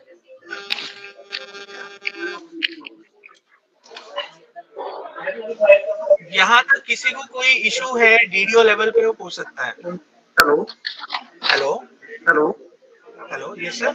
सर, जैसे कोई एम्प्लॉई मेडिकल एडवांस अप्लाई करना चाहता हो, अमाउंट बड़ी हो तो उसको पहले रिक्वायरमेंट हो अमाउंट, तो उसकी रिक्वेस्ट क्रिएट हो सकती है यहाँ से? सर एडवांस क्या नहीं है इसमें प्रोसेस, एडवांस वाला प्रोसेस नहीं है सर इसमें ना। वो फिर मैनुअली होगा जैसे पहले चल रहा है। हाँ, वो मैनुअल है। जब आप इसमें एक्चुअल में रिइंबर्समेंट के लिए वो करेगा तो आपको वहाँ पे डिफाइन बताना पड़ेगा कि इस एम्प्लॉय ने हाँ, मेडिकल जो एडवांस मैंने लिया जो है। एडवांस किया उसकी वैल्यू रहेगी। हाँ, डिटेल्स डाल के भेजनी पड़ेगी, एडवांस वाला प्रोसेस नहीं है सर। ठीक है सर। अब सर मुझे ये बताइए, आपके ग्रुप में सिविल सर्जन ऑफ पटियाला से कौन कौन है? सर मैं पुष्पा। ओके मैम, जो अब आगे आपको मैं बता रहा हूँ ये सिविल सर्जन ऑफिस का है, इससे पहले जो भी था वो था आपके वीडियो लेवल तक का। ओके। अब सिविल सर्जन में भी सेम वही है, जैसे वीडियो ने अपना मेडिकल ब्रांच बनाया था वैसे ही सिविल सर्जन भी अपना मेडिकल ब्रांच हेड बनाएगा। उसके लिए आपको अपने सिविल सर्जन का जो भी आपकी ऑफिस एडमिन आईडी है उसको आपको लॉग इन करना है मेडिकल के अंदर, क्रिएशन ऑफ मेडिकल ब्रांच। यहाँ पे ब्रांच लेवल आप सीएस सेलेक्ट करेंगे, जो भी आपका हेड ऑफ ब्रांच है जिसको भी आपने बनाना है सिविल सर्जन में, आप उसको सिलेक्ट करोगे। आपने जिसको भी आप मैप करोगे आपके सिविल सर्जन में, हो सकता है सिविल सर्जन हो या आपने किसी को पावर दी हो, आप उसकी पर्सनल आईडी खोलोगे। अब आपके पास यहाँ पे अलग मेन्यूज आ रही है। एक आ रहा है medical bill flow, hospital master, staff in medical branch, creation of medical board और shift and move medical cases. जो तीन है ऑप्शन वो तो सेम डीडीओ जैसे ही है। लाइक आप मेडिकल बिल फ्लो, आपके पास दो हमने अलग से ऑप्शन दी है। एक है ऑफिस मास्टर। अब जैसे कि आप सिविल सर्जन ऑफिस पटियाला से हो और आप चाहते हो कि कोई एक मतलब कि हॉस्पिटल इस लिस्ट में नहीं है जो पटियाला का है, तो सिविल सर्जन के पास भी एक पावर दी हुई है हमने कि हॉस्पिटल एचआरएमएस में ऐड कर सकता है। अब सबसे पहले क्या है, आप मेडिकल बिल फ्लो डिफाइन करेंगे। अब जैसे अब यहाँ पे आप देख रहे हो कि आपके पास ट्रीटमेंट टाइप अब बढ़ गए हैं। अब वीडियो के पास सिर्फ एक ट्रीटमेंट टाइप था, वो था 0 to 25,000। ओके, तो सर सिविल सर्जन में भी वही है, मेडिकल बिल फ्लो बनाना है। अब यहाँ पे आप टाइप्स देख लीजिए। अब आपके पास है यहाँ पे मल्टीपल टाइप्स आ रहे हैं। Like government hospital civil surgeon, अगर आपका 25,000 से 1 लाख है। सेम प्राइवेट में 0 से 50,000 है, या विद इन स्टेट 50,000 से ज्यादा है। तो इस केस में क्या है कि जो आपका ये वाला आ रहा है ना 25,000 से 1 लाख वाला, वो आपका सिविल सर्जन में अप्रूविंग अथॉरिटी है, तो वहां तक रहेगा। अगर कोई आपका केस ऐसा है कि जो 1 लाख से ज्यादा है, वो डीएचएस लेवल को जाएगा, उसके लिए भी आपको फ्लो अलग से डिवाइड करना। सेम केस प्राइवेट का है।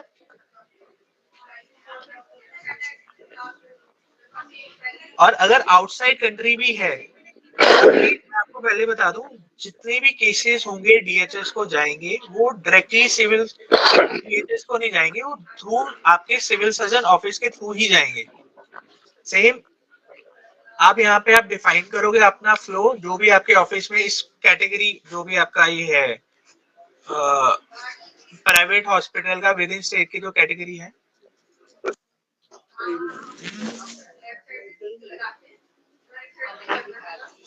अब यहाँ पे आपको देख रहे होंगे आपके पास यहाँ पे मेंबर टाइप थोड़े अलग आ रहे हैं। लाइक एम्प्लॉय है, सिविल सर्जन ऑफिस है। अब एक चीज मैं बताता हूँ, तो सिविल सर्जन में जो अप्रूविंग अथॉरिटी है वो सिविल सर्जन है।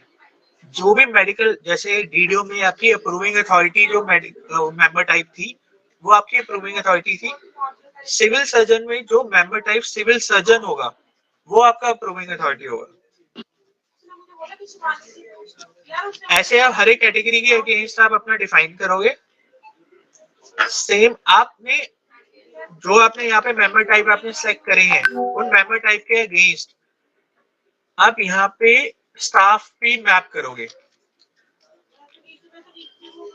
अब जैसे कि आप जैसे सिविल सर्जन है, सिविल सर्जन ने आपके पास हमने मेडिकल बोर्ड की ऑप्शन भी दी हुई है, तो आपको यहाँ पे अपने मेडिकल बोर्ड को डिफाइन करना है।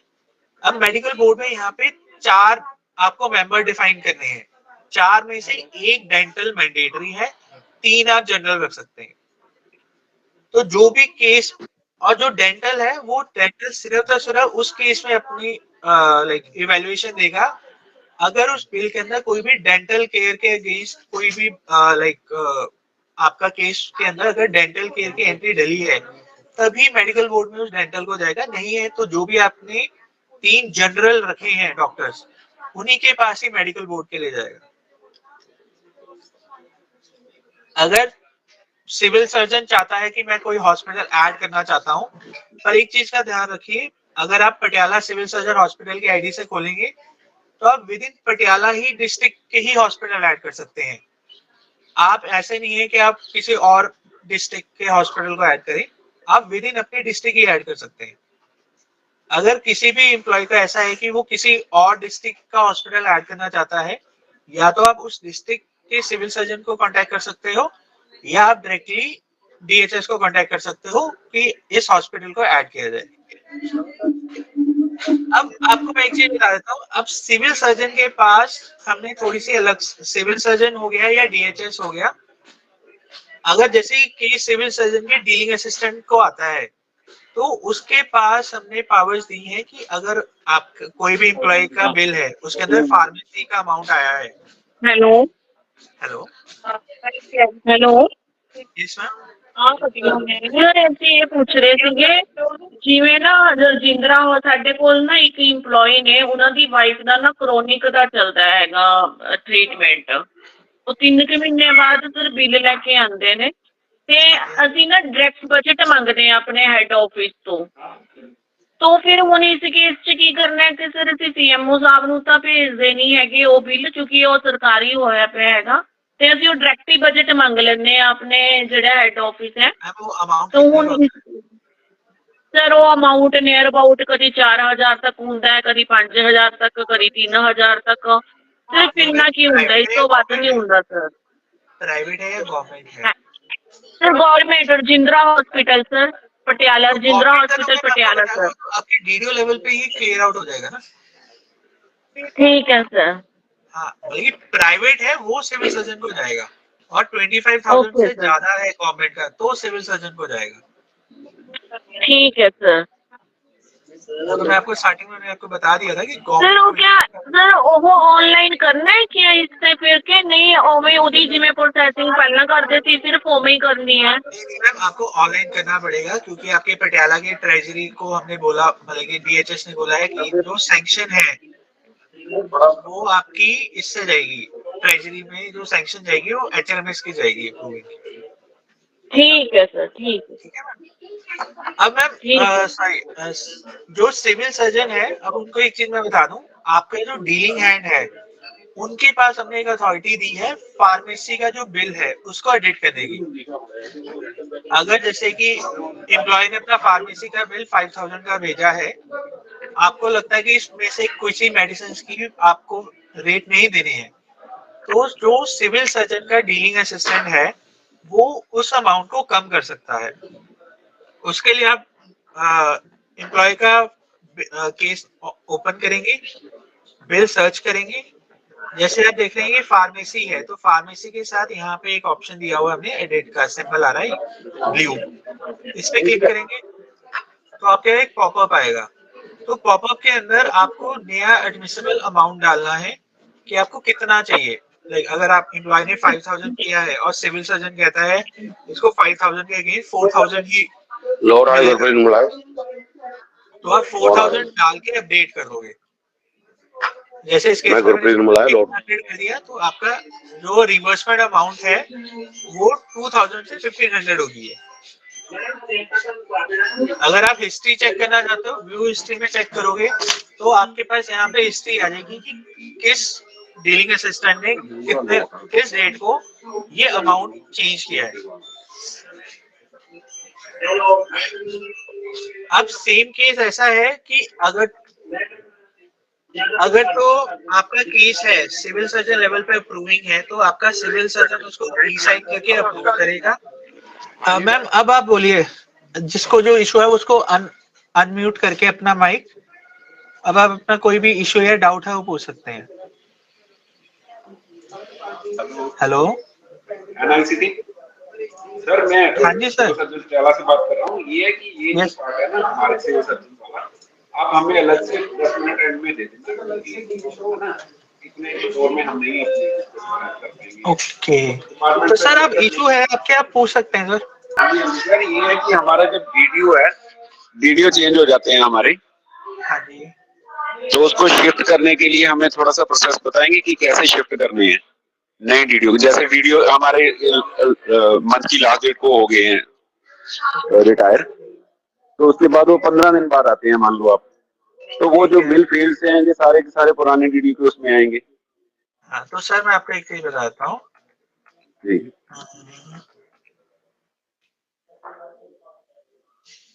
आपके पास ना जो भी आपका वो है मेडिकल ब्रांच हेड है, अगर जैसे कि आपका कोई नया डीडीओ आया है, पहले तो आप उसको मेडिकल ब्रांच हेड डिफाइन करोगे, ठीक है सर। जो भी आपका नया उसमें मेडिकल ब्रांच हेड आएगा, उसके पास ना यहाँ एस्टेब्लिशमेंट में पे सर। हाँ जी, आप डीडीओ लेवल पे बात कर रहे हैं ना? हाँ जी हाँ, जैसे हाँ, हमारे सिविल सर्जन साहब रिटायर हो गए हैं, ओके, मान अच्छा, लो सिविल सर्जन, ठीक है सर। सिविल सर्जन हमारे रिटायर हो गए हैं, मान लो आप 31 को, तो 15 दिन बाद हमारे नए सिविल सर्जन आते हैं, तो 15 ओके दिन सर, जो बिल आएंगे तो वो पुराने डीडीओ के आईडी में ही आएंगे।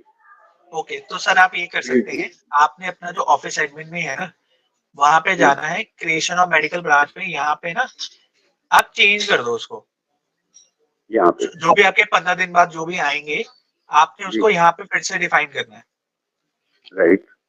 ठीक है। आपने नया डिफाइन कर दिया और आप नए वाले की आईडी ओपन करोगे, ओके ठीक है। नई वाली आईडी ओपन करना, वहां पे मेडिकल के अंदर आपके पास सेम ऑप्शन है, shift/वो मेडिकल केसेस, ठीक है जी।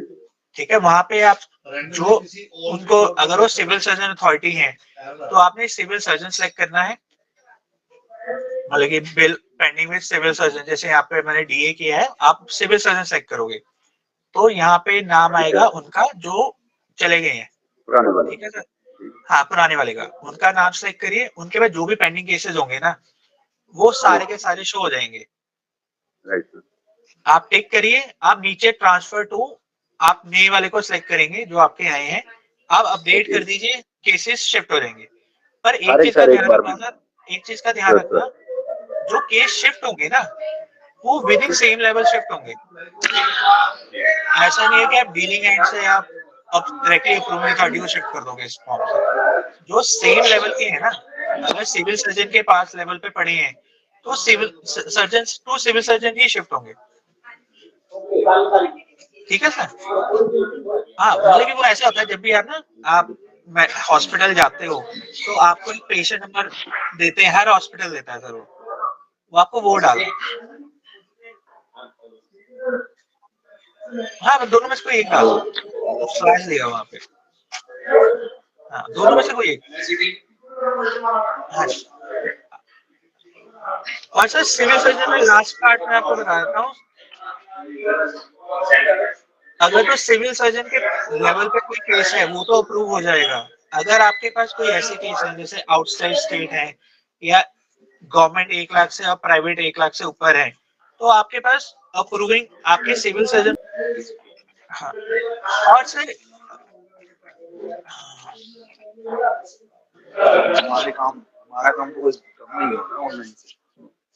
और सर एक चीज और बतानी थी सर, जो सिविल सर्जन से है ना, अब यहाँ पे क्या है कि अगर आपके पास कोई भी केस आ जाता है, लाइक आपके सिविल सर्जन के पास आ जाता है या आपके डीलिंग हैंड के पास आ जाता है, अगर वो अगर लाइक उसको लगता है कि केस में कोई इशू है, वो वापस एम्प्लॉय को सबमिट करना चाहता है, तो सिविल सर्जन डायरेक्टली एम्प्लॉय को सबमिट नहीं कर सकता। सिविल सर्जन पहले जहां से आया है, जो भी एम्प्लॉय का जो भी डीडीओ लेवल का अप्रूविंग अथॉरिटी था, जिसने सिविल सर्जन में फॉरवर्ड किया है, आप उसको फॉरवर्ड सेंड बैक करोगे। जैसे कि अगर आपके पास कोई स्कूल से आया है तो आप स्कूल के अप्रूविंग अथॉरिटी को सबमिट करोगे, वो अप्रूविंग अथॉरिटी वापस एम्प्लॉय को सबमिट करेगा। अगर आप में से किसी को भी कोई भी टेक्निकल इशू आता है या किसी को, यहाँ पे अपनी डिस्क्रिप्शन कर दीजिए, जो भी आपको इशू आ रहा है, अगर आपको कोई टेक्निकल इशू आता है तो डाल दीजिए, अगर उसका कोई एरर का स्क्रीनशॉट है या फोटो है वो अपलोड करके सेव कर दीजिए। या तो आपके पास कॉल आएगी वापस, या आपकी क्वेरी में ही उसका आंसर दिया जाएगा। साथ में हो सकता है कि आपको एक पीडीएफ अटैच कर दी जाए, उस पीडीएफ के अंदर सारा का सारा वर्कफ्लो, लाइक एम्प्लॉय कैसे अपना केस सबमिट करेगा, ऑफिस अपना कैसे डीलिंग है या फ्लो डिफाइन करेगा, वो सारा का सारा प्रोसेस हमने उस पीडीएफ में बनाया है। वो आपको सर एक सर एक ना हमने एक और चीज ऐड करी है, जो आपके सिविल सर्जन और मतलब कि ऑफिसेज है ना, उसके अंदर जो भी आप जिसको भी आपने मेडिकल ब्रांच है डिफाइन किया है, उसके अंदर मेडिकल के अंदर हमने ना एक एमएसआई रिपोर्ट दी है आपने। उस रिपोर्ट के अंदर आपके पास पूरी क्लैरिटी आ जाती है कि आपके पास्ट जो केसेस आए हैं वो कितने आए हैं, अप्रूव कितने हुए हैं, केस कितने अंडर रिव्यू है, और कितने केस आपने सेंड बैक टू मतलब एम्प्लॉय कर दिए हैं या डीडीओ को आपने भेज दिए हैं। अगर आप यहाँ पे पर्टिकुलर किसी केस को आप ट्रैक करना चाहते हो कि अगर लाइक कोई एम्प्लॉय कहता है कि मुझे ट्रैक करना है कहाँ पे है, या आपको अपने लेवल पे करना है कि उसका क्या अप्रूवल होगी है या प्राइवेट है, कोई भी है जुरिस्डिक्शन है, तो आप यहाँ पे आप कर सकते हैं। आप जैसे इस नंबर पे क्लिक करेंगे तो आपके पास पूरा ट्रैक भी आ जाता है। आप डॉक्यूमेंट देखा, सिर्फ नेम्स है, मतलब आप डॉक्यूमेंट्स कौन कौन से अपने अपलोड कर रहे हैं, बिल समरी आ जाती है कि बिल वाइज कितने बिल्स आपने डाले हैं। ये सिविल सर्जन और डीएचएस को हमने प्रोविजन दी है।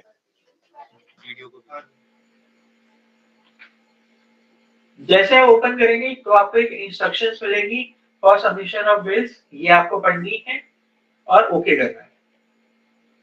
इसके बाद का प्रोसेस है कि आपकी डिटेल्स आएंगी, जैसे एम्प्लॉय डिटेल्स आ गई, ये आपके हमने एचएमएस से आपके फेच करे हैं।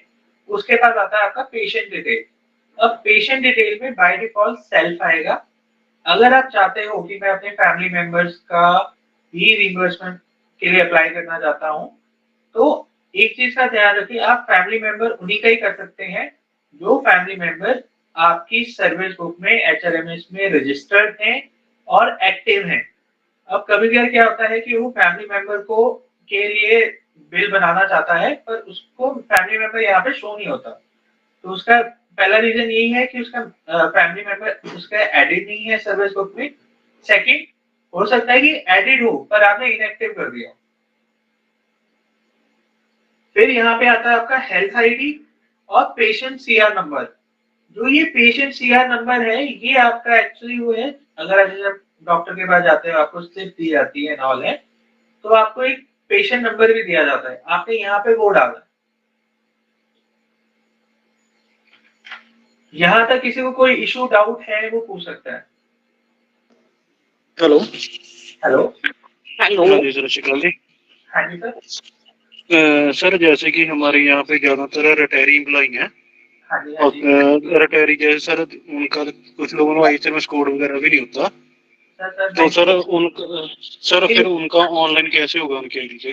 सर मेरी बात सुनिए, जो ये मेडिकल रिइंबर्समेंट मॉड्यूल है ये सिर्फ तो सिर्फ उन एम्प्लॉइज के लिए है जो इन सर्विस हैं, जो रिटायर के हैं या मतलब कि रिटायर हो जाते हैं कल, तो उनका जो केस है वो जैसे आप मैनुअल आप बना रहे हो, अगर उनका एचएमएस कोड भी है और वो रिटायर हो तो उनको आपने जैसे आप मैनुअल आप वैसे बनाते हैं वैसे बनाना है। ये सिर्फ तो सिर्फ इन सर्विस एम्प्लॉइज के लिए। ठीक है सर, ठीक है सर। सर सर उरे हेल्थ आईडी लिखा होया भी, हेल्थ आईडी नंबर जो ओपीडी स्लिप हुंदी है उदे पर जो नंबर हुंदा वही पाना है क्या उरे? ये वो मैम आपकी पेशेंट सीआर नंबर होता है। हेल्थ आईडी तो आपका वो है कि अगर आपने कोई हेल्थ कार्ड बनवाया हुआ है नॉल, ये मैंडेटरी नहीं है, मैंडेटरी आपका वो है पेशेंट सीआर नंबर है। ठीक है सर, जी फिर जेड़ा पेशेंट सीरियल नंबर है उरे फिर कई बार नंबर नहीं होता तो फिर ओपीडी की स्लिप के ऊपर जो नंबर है वो उरे पाया जा सकता है सर? वही होता है मैम, वही होता है। ठीक है सर, थैंक यू। मतलब यूनिक आईडी नंबर होता है, किसी भी हॉस्पिटल में जाओगे ना तो आपको एक हर एक पेशेंट को एक यूनिक आईडी देते हैं, ये वो है पेशेंट कोड नंबर। ठीक है सर। इसके बाद आपका आता है ट्रीटमेंट डिटेल्स। अब ट्रीटमेंट में यहाँ पे आपके पास एक है इंडोर एक है आउटडोर। इंडोर्स वो है जिस केस में आप मतलब लाइक एडमिट होते हो। अब यहाँ पे ट्रीटमेंट जुरिस्डिक्शन में हमने आपको ऑप्शन दी हुई है government hospital, private hospital outside state या आउटसाइड कंट्री। अगर तो आपको इनमें से लगता है कि लाइक जैसे आपने किसी गवर्नमेंट हॉस्पिटल में दिखाया है या प्राइवेट हॉस्पिटल में दिखाया विद इन स्टेट, अगर आपको लगता है कि ये आप जिस जहाँ पे आपने दिखाया है आपका हॉस्पिटल का नाम नहीं है, तो आप अपने सिविल सर्जन हॉस्पिटल या डीएचएस को कांटेक्ट कर सकते हो आपका हॉस्पिटल का नेम ऐड करने के लिए। आप हॉस्पिटल सेलेक्ट करेंगे, यहाँ पे डॉक्टर्स की डिटेल डालेंगे, डॉक्टर का नेम, डॉक्टर का जो एमसीआई नंबर होता है आपका डिजीज का नेम और ट्रीटमेंट टाइप फ्रॉम और टू। अभी के लिए इतना ध्यान रखिए कि जो ट्रीटमेंट है ओवरलैप नहीं हो सकता, मतलब कि आप मल्टीपल मेडिकल रिइंबर्समेंट के जो बिल्स हैं वो आप मल्टीपल सबमिट कर सकते हो, पर कोई भी ऐसा बिल नहीं सबमिट कर सकते जो सेम डेट में हो। जैसे कि अगर आपने 1/4 से 3/4 का एक केस बना लिया, अब आप दूसरा जो है वो आप 3/4 से 5/4 का बनाओगे तो सिस्टम उसको रोक देगा, क्योंकि वो बोलेगा कि आपने ऑलरेडी पहले उस डेट पे ट्रीटमेंट के लिए अप्लाई किया हो। ਸਰ ਸਾਡੇ ਕੋਲ ਨਾ ਇੱਕ ਕੇਸ ਆਇਆ ਸੀਗਾ ਜਦੋਂ ਮੈਨੂਅਲ ਸੀਗਾ, ਜਦੋਂ ਆਪਾਂ ਇਸ ਤੋਂ ਪਹਿਲਾਂ ਮੈਨੂਅਲ ਕਰ ਰਹੇ ਸੀਗੇ, ਇੱਕ EMPLOYEE ਸੀਗੇ ਜਿਨ੍ਹਾਂ ਨੂੰ 3 ਤਰੀਕ ਨੂੰ ਦੁਪਹਿਰ ਤੱਕ ਕਿਸੇ ਹੋਰ ਹਸਪੀਟਲ ਵਿੱਚ ਰੱਖਿਆ ਗਿਆ, ਲੇਕਿਨ ਸ਼ਾਮ ਤੱਕ ਉसी डेट ਨੂੰ ਕਿਸੇ ਹੋਰ हॉस्पिटल ਵਿੱਚ रेफर करता। मैम ये वाला ना आपका नोट कर लिया हुआ है, डीएचएस को हमने बोला है, अगर डीएचएस हमें बोलता है कि लास्ट 2 डेट पे आप कर सकते हाँ हैं जी, तो फिर हाँ जी, वो हो गया आपका नोट ना, वो डीएचएस हाँ जी, क्योंकि ਉਹ ਫਿਰ ਕਹਿੰਦੇ ਆ ਕਿ ਦੁਪਹਿਰ ਤੱਕ 3 ਤਰੀਕ ਨੂੰ ਉਹਨਾਂ ਨੇ ਪਹਿਲਾਂ ਉੱਥੇ ਰੱਖਿਆ ਡਾਕਟਰਸ ਨੇ, ਫਿਰ ਉਹ ਕਹਿੰਦੇ ਵੀ ਇਹਨਾਂ ਨੂੰ ਪਟਿਆਲੇ ਲੈ ਜਾਓ, ਫਿਰ ਉਹਨਾਂ ਨੇ 3 ਤਰੀਕ ਨੂੰ ਦੁਬਾਰਾ ਪਟਿਆਲੇ ਰੈਫਰ ਕੀਤਾ ਔਰ ਉਹਨਾਂ ਨੂੰ ਐਡਮਿਟ ਕੀਤਾ ਗਿਆ 3 ਤਰੀਕ ਨੂੰ। ओके। नहीं ये वाला नोट है सर, मॉर्निंग में भी आया था ये ना, नोट हो गया था। ਠੀਕ ਹੈ ਸਰ। ਸਰ ਇੱਕ ਹੋਰ ਸੀਗਾ ਕੁਐਸਚਨ, ਜਿਵੇਂ ਇਹਦੇ ਚ ਤਾਂ ਜਿਹਨਾਂ ਨੇ ਮੈਡੀਕਲ ਆਫਟਰ ਟ੍ਰੀਟਮੈਂਟ ਬਿਲ ਜਦੋਂ ਕਲੀਅਰ ਕਰਦੇ ਉਹ ਹੈ, ਲੇਕਿਨ ਕਈ ਕੇਸ ਇਸ ਤਰ੍ਹਾਂ ਦੇ ਆ ਜਾਂਦੇ ਆ ਜਿਨ੍ਹਾਂ ਨੂੰ ਆਪਾਂ ਪਹਿਲਾਂ 80% ਉਹ ਕਹਿੰਦੇ ਵੀ ਸਾਨੂੰ ਐਡਵਾਂਸ ਦਿੱਤਾ ਜਾਏ, ਕੀ ਉਹ ਵੀ ਇਹਦੇ ਵਿੱਚ ਅਪਲਾਈ ਹੋ ਸਕੇਗਾ ਕਿਆ ਪਹਿਲਾਂ? वो नहीं है मैम, एडवांस वाला नहीं है यहाँ पे फाइनल। हेलो, एडवांस वाला नहीं है मैम, आफ्टर ट्रीटमेंट वाला है सर। यस मैम, ट्रीटमेंट के बाद वाला है ठीक, एडवांस। फिर ਇਹਦੇ ਚ ਉਹ ਐਡਵਾਂਸ ਅਪਲਾਈ ਉਹ ਮੈਨੂਅली होएगा सर? वो अप्लाई मैनुअल होगा, पर यहाँ पे मैं आपसे मैं बता दूंगा कि एडवांस की हम डिटेल लेते हैं अगर आपने एडवांस लिया है। ठीक है सर, ठीक है, थैंक यू। ठीक है, अगर जैसे कि अगर आपका प्राइवेट हॉस्पिटल आउटसाइड स्टेट है या आउटसाइड कंट्री है तो आपको यहाँ पे हम आपको ऑप्शन देते हैं कि आप हॉस्पिटल का नेम खुद मैन्युअली टाइप कर दो, ठीक है ना। इसके बाद आता है आपका आउटडोर। आउटडोर में जो क्रॉनिक, आपको एक क्रॉनिक सर्टिफिकेट डालना मैंडेटरी है, इसलिए अगर आपको कोई मतलब लॉन्ग कोई डिजीज है तो आपको एक सर्टिफिकेट मिला होगा, आपको वो आपको अपने आईडी में डालना है, तभी आप आउटडोर के लिए अप्लाई कर सकते हो। प्रोसेस सेम है, ट्रीटमेंट जुरिसडिक्शन भी वही है, प्राइवेट गवर्नमेंट। इसके अंदर डेट ओवरलैप हो सकती है। अब यहाँ पे आता है क्लेम डिटेल्स। अगर आपने कोई इंश्योरेंस क्लेम ली है तो आप इंश्योरेंस क्लेम अमाउंट डालोगे, और जैसे भी मैम कह रहे थे कि अगर किसी ने कोई एडवांस लिया है तो आपको यहाँ पे एडवांस डिफाइन करना पड़ेगा कि उन्होंने कितना एडवांस ले लिया था, उसके एडवांस लेटर, अप्रूविंग लेटर क्या थी और लेटर डेट क्या थी, ये आपको सेव करनी है साथ में। जैसे आप सेव करोगे तो आपको एक यूनिक केस नंबर डिफाइन दिया जाएगा, जो पूरे जितने भी आपके एचआरएमएस पे केसेस हैं उन सबके लिए यूनिक होगा। इसको आप नोट कर लीजिए। इन फ्यूचर आपको अगर हमारे टेक्निकल सपोर्ट के साथ कोई इशू आता है केस रिलेटेड तो आप हमें अपना केस नंबर बता के भी उसको टैली करवा सकते हैं। सेम सिविल सर्जन के पास अगर केस जाता है या डीएचएस के पास केस जाता है तो आप केस नंबर से भी उसको चेक करवा सकते हैं कि मेरा स्टेटस क्या है। यहाँ तक किसी को इशू कोई डाउट है तो पूछ सकता है। सर मोस्टली ਜਿਹੜੇ EMPLOYEES ਹੈ ਉਹਨਾਂ ਦਾ इंश्योरेंस क्लेम नहीं करते हैगे, तो फिर ਇਹਦੇ ਚ कुछ भी नील वगैरह में चल सकते हैं आगे भी, कुछ नहीं है तो? अगर आपका कुछ नहीं है तो आपने ब्लैंक छोड़ देना है। ठीक है सर, ठीक है। आपने कोई ना आपने एडवांस में डालनी है ना आपने इंश्योरेंस, अगर क्लेम है तो आपने डालना है, नहीं है तो ब्लैंक छोड़ दीजिए। सर ਇੱਕ ਹੋਰ ਕੁਐਸਚਨ ਸੀਗਾ, ਜਦੋਂ ਅਸੀਂ ਮੈਨੂਅਲ ਕੇਸ ਭੇਜਦੇ ਸੀ ਨਾ ਉਹਦੇ ਚ ਪਰਸਨਲ ਡਾਕੂਮੈਂਟਸ ਵੀ ਲੈਂਦੇ ਸੀ, ਜਿਵੇਂ ਪੈਨ ਕਾਰਡ, ਆਧਾਰ ਕਾਰਡ ਵਗੈਰਾ, ਉਹ ਵੀ ਕਿ ਇਹਦੇ ਵਿੱਚ अपलोड करने हैं कि नहीं करने सर? वो अपलोड करने में आपको मैं आगे बताता हूँ, वो आगे वाले स्टेप्स। ठीक है सर, ठीक है, थैंक यू। और मैम एक चीज का ध्यान रखिए, आप एडवांस सिर्फ उसी केस में ले सकते हो अगर कोई केस सिविल सर्जन या डीएचएस लेवल के लिए जा रहा है। अगर कोई ऐसा है कि कोई जो डीडीओ लेवल पे ही होगा तो उस केस में एडवांस की एंट्री मतलब एडवांस नहीं आप ले सकते। मतलब अगर आपने यहाँ पे 5,000 एडवांस डाल दिया और आपने जो फाइनल बिल आपका बना वो 25,000 से कम था, तो सिस्टम आपको सबमिट नहीं करने देगा, क्योंकि हमें ये बोला गया है कि जो एडवांस है वो उसी केस में मिलता है कि अगर जो वो बिल है वो सिविल सर्जन या डीएचएस से पास होगा। यहाँ तक किसी को कोई इशू या डाउट है तो बता सकता है।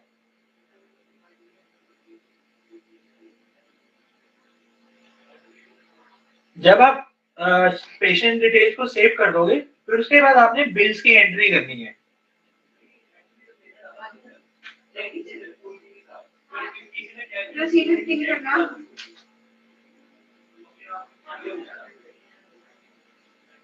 अब आपने एंटर बिल डिटेल्स करना। अगर आपके पास जैसे कि ट्रीटमेंट के 3 बिल्स हैं तो आपने एक केस के अंदर 3 बिल्स की एंट्री अलग अलग करनी है।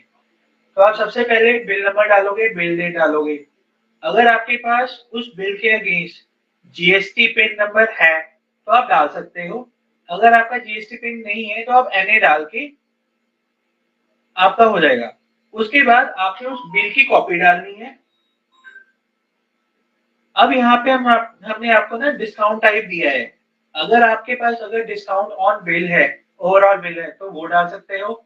अगर डिस्काउंट आइटम वाइज है तो आइटम वाइज को सेलेक्ट करना है। अगर आपके बिल में कोई डिस्काउंट नहीं है तो नो डिस्काउंट करके continue to fill item wise करना है। जैसे कि यहाँ पे नो डिस्काउंट करके क्लेम अमाउंट मैंने इतनी डाली है, तो मैं आइटम वाइज एंट्रीज डालूंगा। अगर लाइक मेरा ईएनटी का है तो मैं ईएनटी सेलेक्ट करूंगा, उसके अंदर मैं हियरिंग करूंगा, डिस्क्रिप्शन डालूंगा, उसकी कितना रेट है आपको जो लगा है वो अमाउंट डालूंगा। एक चीज का ध्यान रखिए, अगर आपके बिल में सिर्फ तो सिर्फ फार्मेसी ही है, लाइक मेडिसिन ही है, तो आपने सिर्फ यहाँ पे बिल ग्रुप फार्मेसी सेलेक्ट करना है और ओवरऑल अमाउंट डालना है। आपको हर मेडिसिन की अलग अलग एंट्री नहीं करनी है। अगर आपका बिल 3,000 का है और उसमें 3,000 में जो 3,000 मेडिकल मेडिसिन ही है तो आपने बस फार्मेसी सेलेक्ट करना है और यहाँ पे रेट इंक्लूड 3,000 डाल के सेव कर देना है। अगर कभी कभार क्या होता है कि आपको कंफ्यूजन आ जाती है कि मेरे पास जो बिल डिटेल्स में है वो किस कैटेगरी में आएगा, कहाँ पे आएगा, तो हमने आपको यहाँ पे ना टाइप टू सर्च की एक ऑप्शन दी है। यहाँ पे आपको कीवर्ड टाइप कर सकते हो, लाइक सीटी स्कैन कर सकते हो, विटामिन कर सकते हो। आप सिलेक्ट करोगे और यहाँ पे आपने किस रो में आपने ऐड करवाना है। लाइक जैसे मेरे पास यहाँ पे 2 रोज एडेड है तो मैं यहाँ पे ड्रॉप डाउन में मेरे पास रो 1 आएगी, रो 2 आएगी। मैं रो 1 पे क्लिक करूंगा, यहाँ पे टाइप करूंगा सीटी स्कैन, तो आपके पास मल्टीपल ऑप्शन आएगी। जहां यहाँ पे सीटी स्कैन है तो आप उसकी डिस्क्रिप्शन रीड करके आप उसको सेलेक्ट कर लीजिए। तो ऑटोमेटिकली सिस्टम जो है आपके लिए बिल ग्रुप कैटेगरी सब कैटेगरी भर देगा। अगर आपको और ऐड करनी है रो तो आप ऐड रो पे क्लिक करोगे और सेव बिल डिटेल्स करोगे।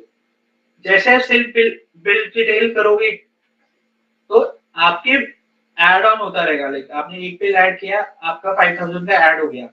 अगर आप चाहते हो कि मेरा एक नया बिल मुझे क्रिएट करना है तो क्रिएट न्यू बिल पे करोगे तो बैग आपके पास इसी फॉर्म पे ले जाएगा आपको।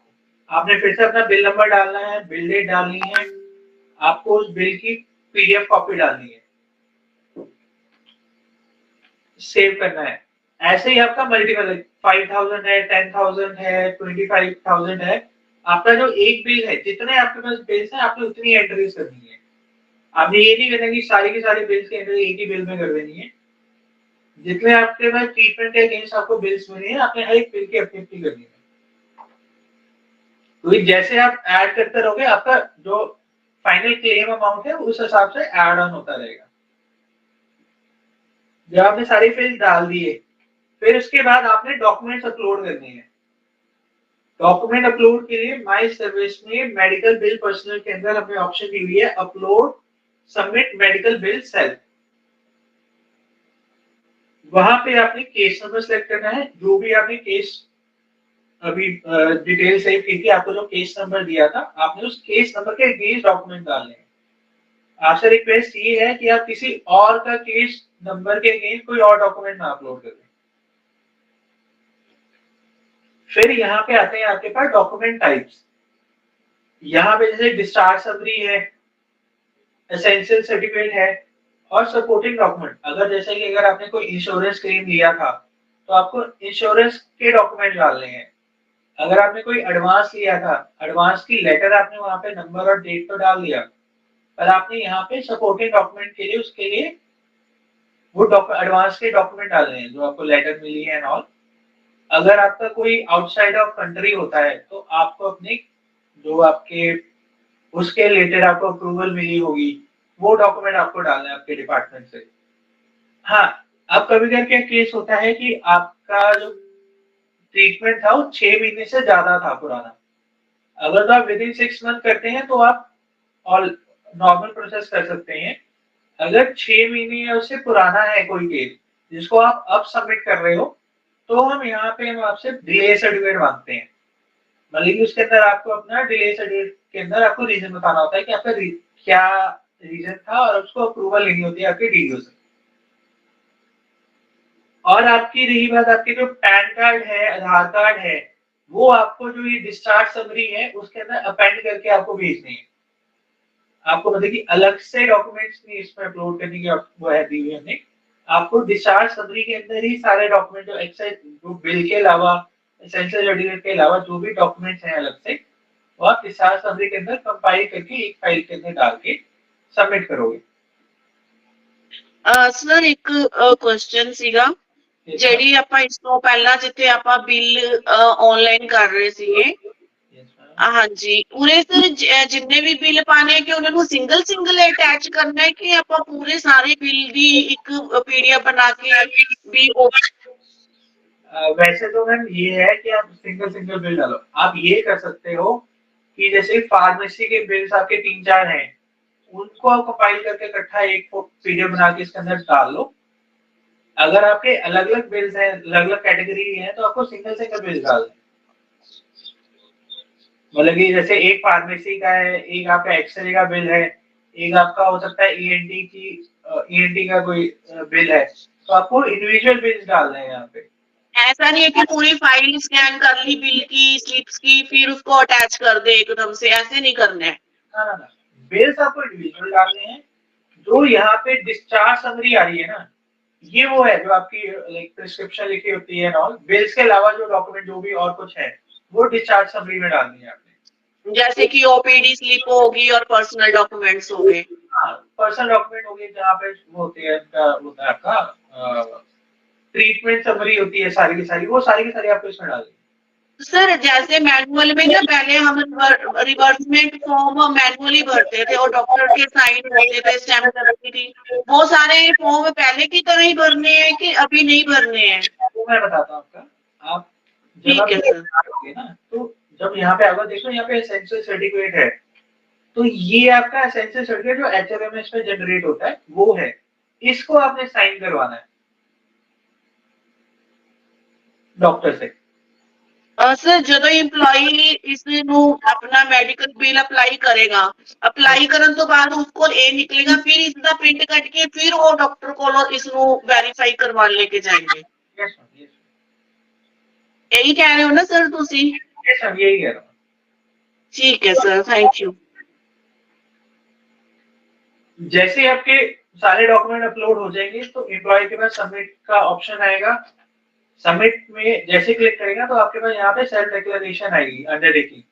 आपने कुछ नहीं करना, आई hereby read that agree करता हूँ प्रोसेस विद ओटीपी वेरिफिकेशन।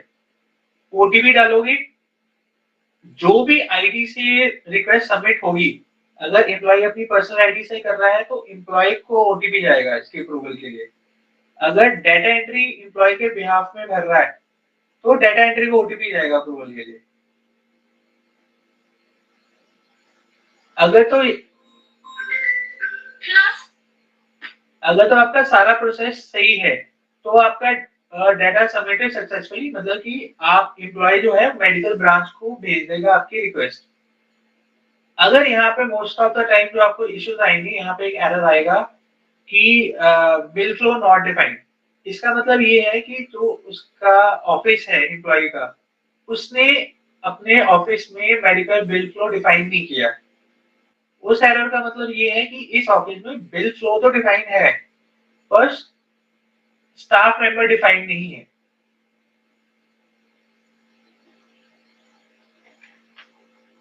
यहां तक किसी को सबमिशन तक किसी को कोई इशू या डाउट है वो पूछ सकता है। सर ਜਦੋਂ EMPLOYEE ਆਪਣੀ ਆਈਡੀ ਵਿੱਚੋਂ ਇਹ ਸਾਰੀ ਡਿਟੇਲਸ ਫਿਲ ਕਰਦੇ ਆ ਫਿਰ ਜਦੋਂ ਉਹ ਸਬਮਿਟ ਕरेंगे फिर वो डीडीओ ਕੋਲ ਜਾਏਗਾ ਸਰ ਬਿਲ कि डीलिंग ਕੋਲ ਜਾਏਗਾ। ये मेडिकल ब्रांच हेड जिसको भी आपने मेडिकल ब्रांच हेड ऑफिस में बनाया था उसको जाता है। ਤੇ ਜਿਵੇਂ ਸਾਡੇ ਸੈਂਕਸ਼ਨ ਅਥਾਰਟੀ ਹੈ ਸਿੱਧੀ डायरेक्ट डीलिंग ਦਾ ਸਿਰਫ सबमिट वो मैं आपको बताता हूँ मतलब कि डीडीओ ਦੀ ਆਈਡੀ ਵਿੱਚ ਹੀ ਜਾਏਗਾ ना सर। हाँ पर डीडीओ उसको उस समय अप्रूव नहीं करेगा। हाँ जी जैसे एम्प्लॉय मेडिकल ब्रांच हेड के पास जाएगा, बेशक आपने मेडिकल ब्रांच में डीडीओ बनाया है वो एक बार फिर से सबमिट करेगा अप्रूविंग अथॉरिटी लेवल पे। जब तक अप्रूविंग अथॉरिटी लेवल आएगा ना तब तक उसका अप्रूवल या सेंड टू सिविल सर्जन नहीं आएगा, क्योंकि एचआरएमएस में ऐसा है हो सकता है कि आपके ऑफिस में एम्प्लॉय कम हो तो आप एक एम्प्लॉय को मेंबर डीए भी बना सकते हो, स्टूडेंट लेवल का भी पावर दे सकते हो मतलब लेवल पे।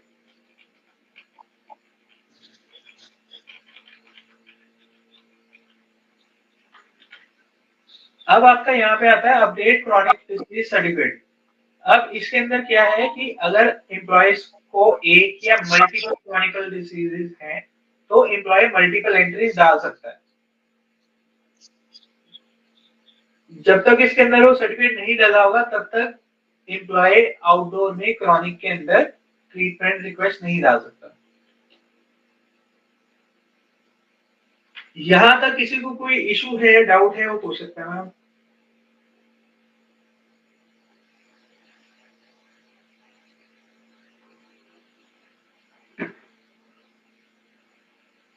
सर किसी को भी कोई इशू है डाउट है, किसी ने कोई प्रोसेस करके देखा हो, किसी को एरर आ रहा हो, कुछ पूछना चाहता है अभी तक के लिए आप पूछ सकते हैं। अब क्या है कि अब जैसे एम्प्लॉय ने अपना मेडिकल बिल नेक्स्ट लेवल पे सबमिट कर दिया, अब जो स्टाफ मेंबर है या आपका मेडिकल ब्रांच है हेड है वो उस केसेस को कैसे हैंडल करेगा, तो उसके लिए हमने प्रोसेस दिया हुआ है माई सर्विस के अंदर मेडिकल बिल ऑफिशियल्स के अंदर दिया है प्रोसेस मेडिकल बिल। जैसे इसमें क्लिक करोगे तो जो भी केसेस आपके हायरार्की ऑफिसर लाइक डीए है या कोई सुपरिटेंडेंट लेवल है या अप्रूविंग अथॉरिटी है उसके बाद जितने भी केसेस सबमिट हुए हैं उन सबकी लिस्ट आ जाएगी।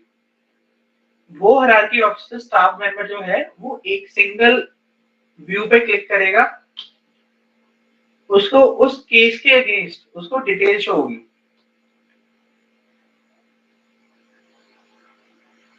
जो स्टाफ है वो आपका लाइक जो भी आपने डॉक्यूमेंट डाले हैं section certificate self declaration supporting documents कोई भी है रिसर्च समरी है वो सारा का सारा देख सकता है पीडीएफ फॉर्म।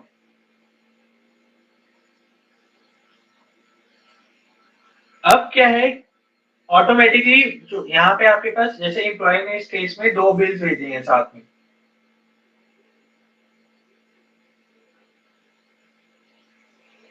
अब जैसे आप यहाँ पे देख सकते हैं कि जो पहला वाला बिल है इसके अंदर फार्मेसी है तो 5000 टू 5000 रहा है। अब जो दूसरा बिल है वो सर्जरी का है। अब जैसे देखते हैं कि यहाँ पे 10,000 से 8,990 हो गया। तो सीन क्या है कि एचआरएमएस में है अगर एम्प्लॉय अपना कोई भी बिल भरेगा अगर उसने 10,000 कोई एक्सरे का भरा है और गवर्नमेंट रेट उसके हैं समझो लाइक अराउंड 5,000 है तो सिस्टम उसको 10,000 से 5,000 कर देगा। भाई जो भी रीइंबर्समेंट अमाउंट है वो जो हमें रेट लिस्ट दी है उसके हिसाब से सिस्टम कैलकुलेट करता है। अगर जो भी स्टाफ को अगर बिल डिटेल देनी है तो यहाँ पे हमने आपको एक पीडीएफ का ऑप्शन दिया है, आप पीडीएफ पे क्लिक करेंगे तो उस बिल के अगेंस्ट जो भी उसने पीडीएफ डाली है स्टाफ वो बिल को देख सकता है। अगर आप व्यू पे क्लिक करोगे तो आपके पास सारी बिल डिटेल ओपन हो जाएगी। अगर आपका स्टाफ मेंबर को लगता है कि ये पर्टिकुलर आइटम इस बिल में रिवर्सिबल नहीं है तो यहाँ पे वो डिलीट पे क्लिक करके जो यहाँ पे आप डस्टबिन सा सिंबल देख रहे हो इसको रिमूव भी कर सकता है कि इसको ये अमाउंट रिवर्स नहीं होगा।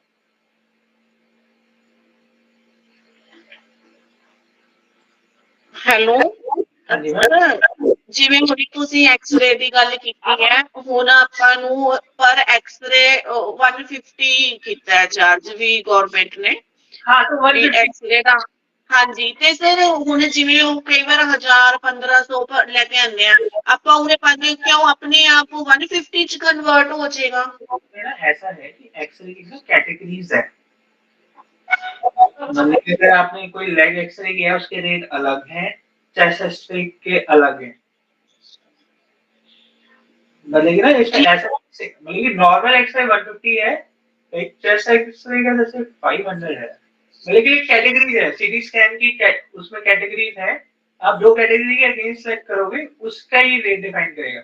हाँ अगर मैम ਸਰ ਅਸੀਂ ਹਾਂਜੀ ਜਿਵੇਂ ਹੁਣ ਅਲੱਗ-ਅਲੱਗ ਤੁਸੀਂ ਕਹਿ ਰਹੇ ਹੋ ਵੀ ਜਿਵੇਂ ਹੁਣ ਅਸੀਂ ਜੇ ਕਿਸੇ ਨੇ ਸਰ ਅਲੱਗ-ਅਲੱਗ ਹੈ ਵੀ ਉਹ ਆਪਣੇ ਆਪ ਹੀ ਦੱਸੇਗਾ ਵੀ ਜੋ ਹੈ।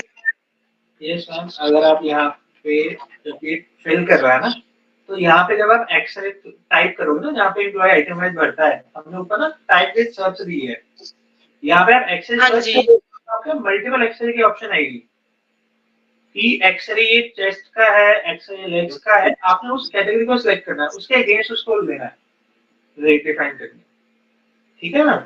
ठीक है, ਜਿਵੇਂ ਕੋਈ ਐਮਆਰਆਈ ਕਰਵਾਉਂਦਾ ਹੈ ਉਹ 4-5 ਹਜ਼ਾਰ ਉਹ ਜੋ ਸਰਕਾਰ ਨੇ ਨਿਰਧਾਰਿਤ ਕੀਤਾ ਰੇਟ ਉਹ ਆਪਣੇ ਆਪ ਹੀ ਉਸ ਨੂੰ ਐਡਜਸਟ ਕਰ ਲੇਗਾ, है ना? अगर आपको कभी ये लगता है कि मेरे पास हेलो मैम, अगर आपको ये लगता है कि जो रेट इसमें डले हैं वो गलत डले हैं ड्यू टू एनी रीजन, और आपका केस अगर सिविल सर्जन के पास जाता है तो सिविल सर्जन के पास भी पावर्स हैं उस रेट को अमेंड करने के लिए। ठीक है सर, ठीक है।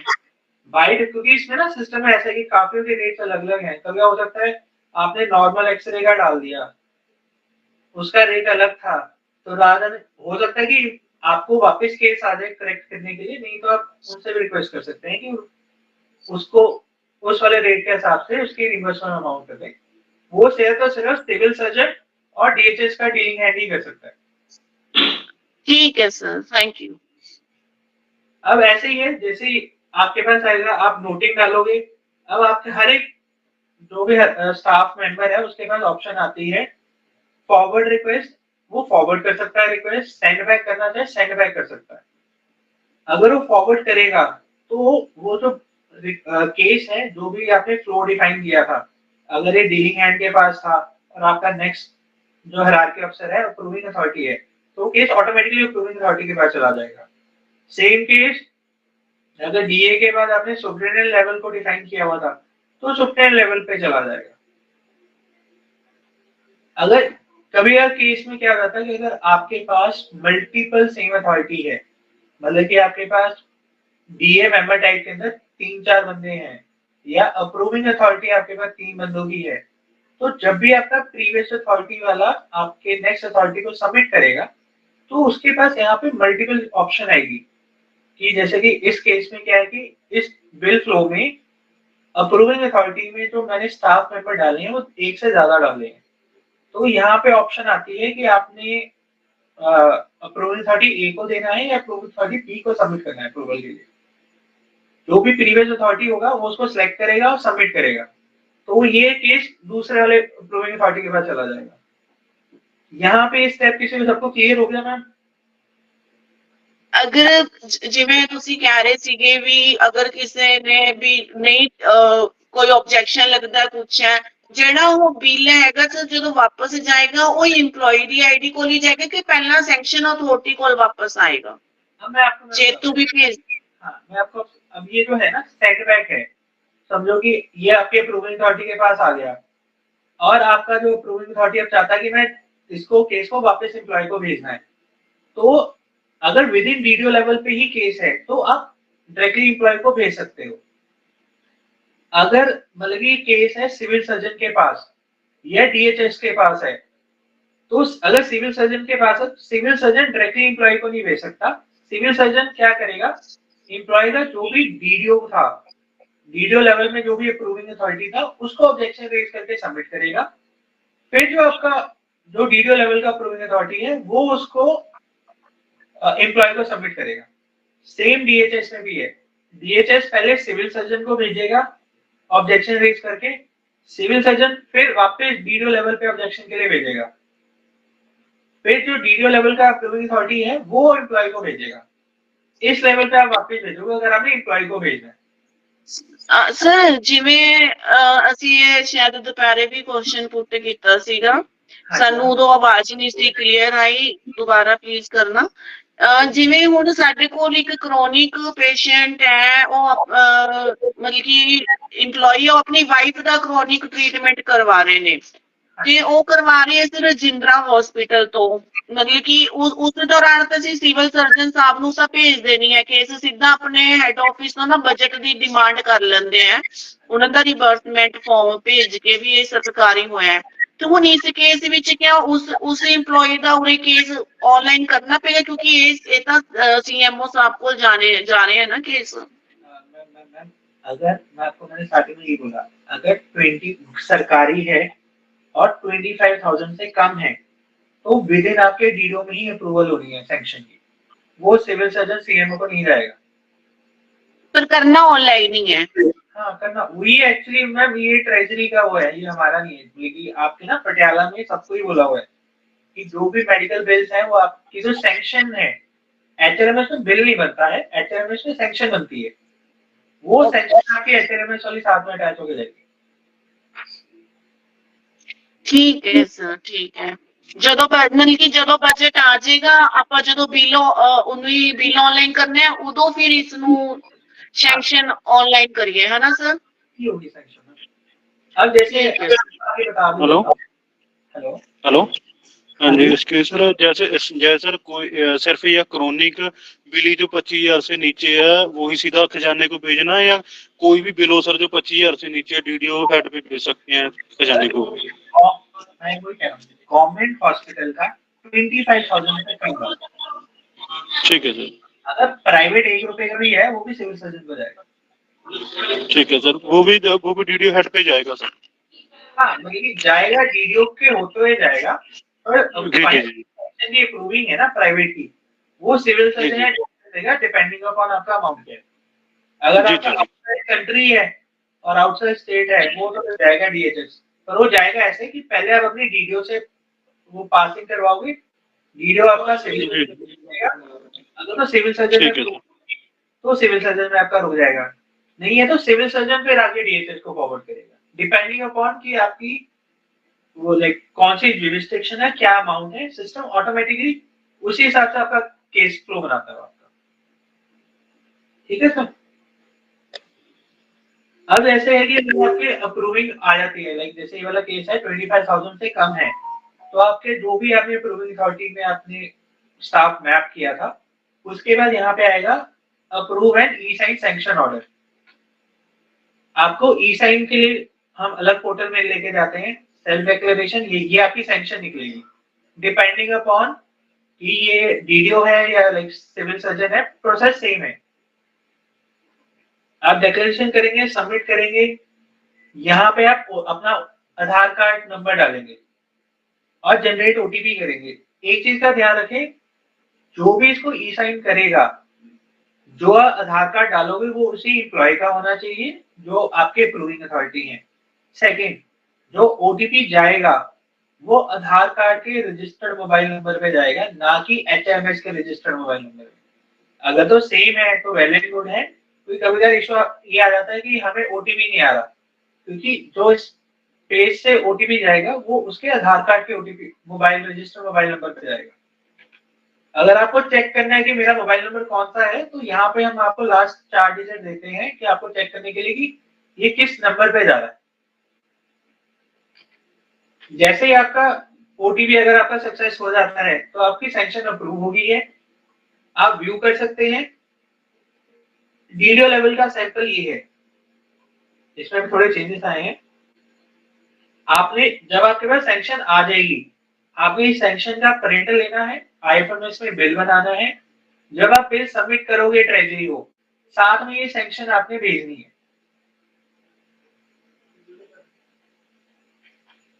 अब सेम केस क्या आता है कि अगर कोई ऐसा केस आता है कि गवर्नमेंट हॉस्पिटल 25,000 से ज्यादा है, प्राइवेट का है, कोई और है, तो आपके जो भी अप्रूविंग अथॉरिटी है उसके पास ई साइन की ऑप्शन नहीं आएगी। उसके पास डिपेंडिंग अपॉन आप कहाँ पे आपका केस है, आपके पास यहाँ पे आएगा submit to civil surgeon office. तो आपका डीडीओ नेक्स्ट लेवल पे सबमिट, सिविल सर्जन को केस सबमिट कर देगा फॉर नेक्स्ट प्रोसेस।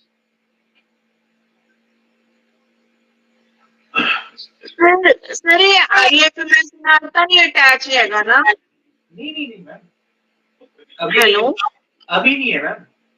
हाँ जी, ये तो सिर्फ पूरे तो सारा कुछ सबमिट करके फिर ये ਜਿਹੜੀ ਸੈਂਕਸ਼ਨ ਹੈ ਨਿਕਾਲਣੀ ਹੈ ਔਰ IFMS ਤੇ ਸਰ ਫਿਰ ਕੀ ਕਹਿੰਦੇ ਉਹਨੂੰ ਇਸ ਨੂੰ ਅਟੈਚ ਕਰਨਾ ਹੈ ਨਾ सर?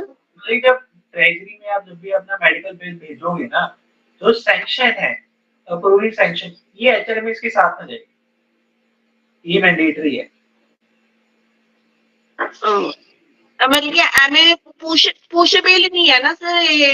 वो नहीं मैम, वो नहीं है। ठीक है सर, ठीक है सर, थैंक यू।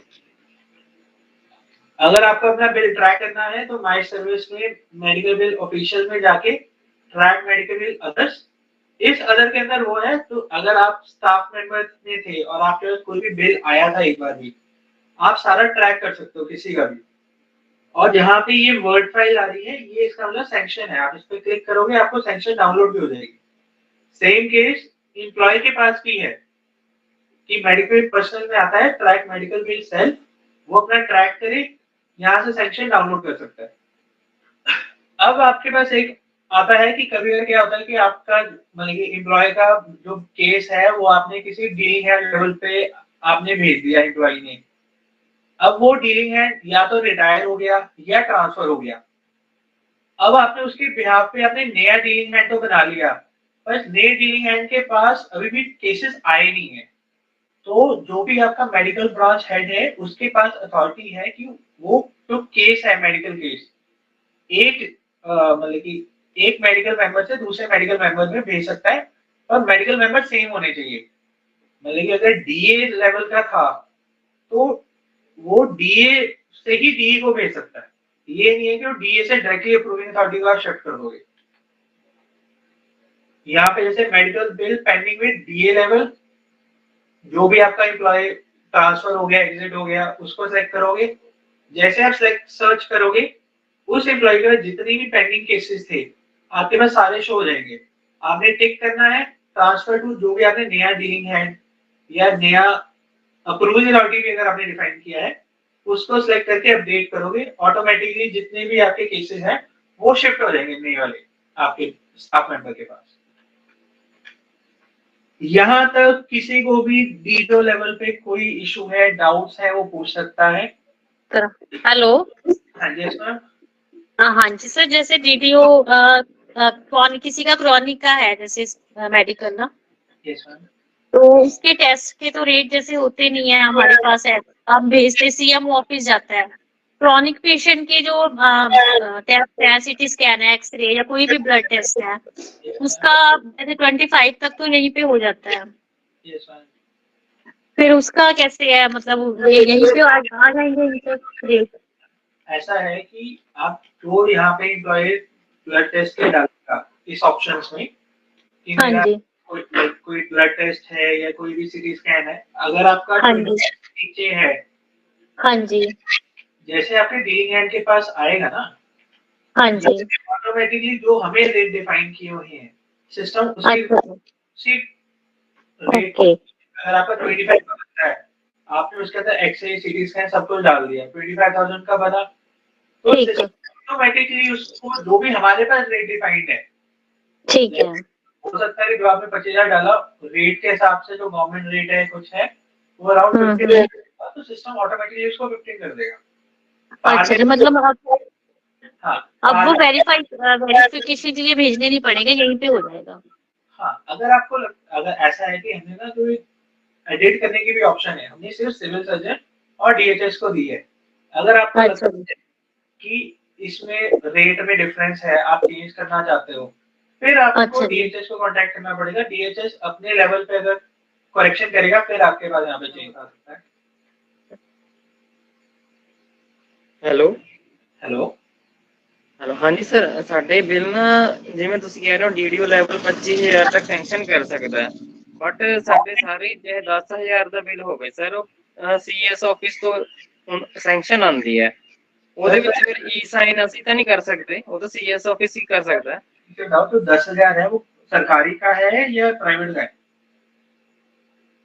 सर कोई भी होवे बिल, चाहे सरकारी होवे चाहे प्राइवेट होवे सर, ਜਾਂਦਾ ਤਾਂ ਸਿਵਲ ਸਰਜਨ ਦੇ ਥਰੂ ਹੈ ਨਾ ਸਾਡਾ, ਸਾਨੂੰ ਸਿਰਫ ਬਜਟ ਆਂਦਾ ਸਰ, ਚਾਹੇ 25,000 ਤੋਂ ਥੱਲੇ ਦਾ ਬਿੱਲ ਹੋਵੇ, ਸਾਡੇ ਕੋਲ सिर्फ बजट आंदा सर। वो मैं आपकी बात समझ गया, जो हमें फ्लो बनवाया गया है, हमें यही बोला है कि जो सिर्फ गवर्नमेंट हॉस्पिटल 25,000 से कम है वो डीडीओ के पास पावर दी है सैंक्शन अप्रूवल जनरेट करने के लिए, बाकी सारे केस में सिविल सर्जन और डीएचएस ही है। ओके, जैसे आपने ये बताया है, अप्रूविंग अथॉरिटी में डीडीओ ही रखे हम या सीएस को रखे हैं अप्रूविंग अथॉरिटी, जैसे मेडिकल ब्रांच में आपने स्टार्टिंग में बताया ना, वो तो आप अपने ऑफिस के रखोगे ना, अप्रूविंग अथॉरिटी डीडीओ को रखे ना, वो आपके ऊपर है, डीडीओ भी हो सकता है, आपके डिस्ट्रिक्ट का हेड भी हो सकता है। ओके ये डिपेंड करता है आपके ऑफिस से है ना। ठीक है सर। अगर प्राइवेट अगर 5,000 का भी है, प्राइवेट हॉस्पिटल है या आउटसाइड है, वो सिविल सर्जन और डीएचएस से जाएंगे अप्रूवल के, सिर्फ मैं गवर्नमेंट हॉस्पिटल 25,000 तक की बात कर रहा हूँ, वो सिर्फ डीडीओ के पास है।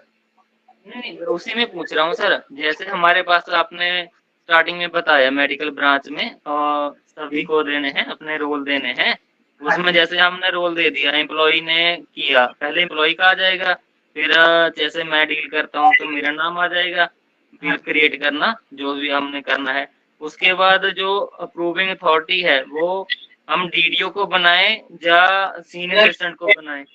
ये एक्चुअली है आपका एडमिनिस्ट्रेशनल, इसमें हम आपको नहीं कर सकते, पर हमारा सिस्टम रोकेगा नहीं। अगर आप अपनी डीडीओ को बनाना चाहते हो डीडीओ को बना सकते हो, सिविल सर्जन तो नहीं आपका आता है, सिविल सर्जन तो नहीं आप बना पाओगे, आपको अपने विद इन ऑफिस ही आपको बनाना पड़ेगा।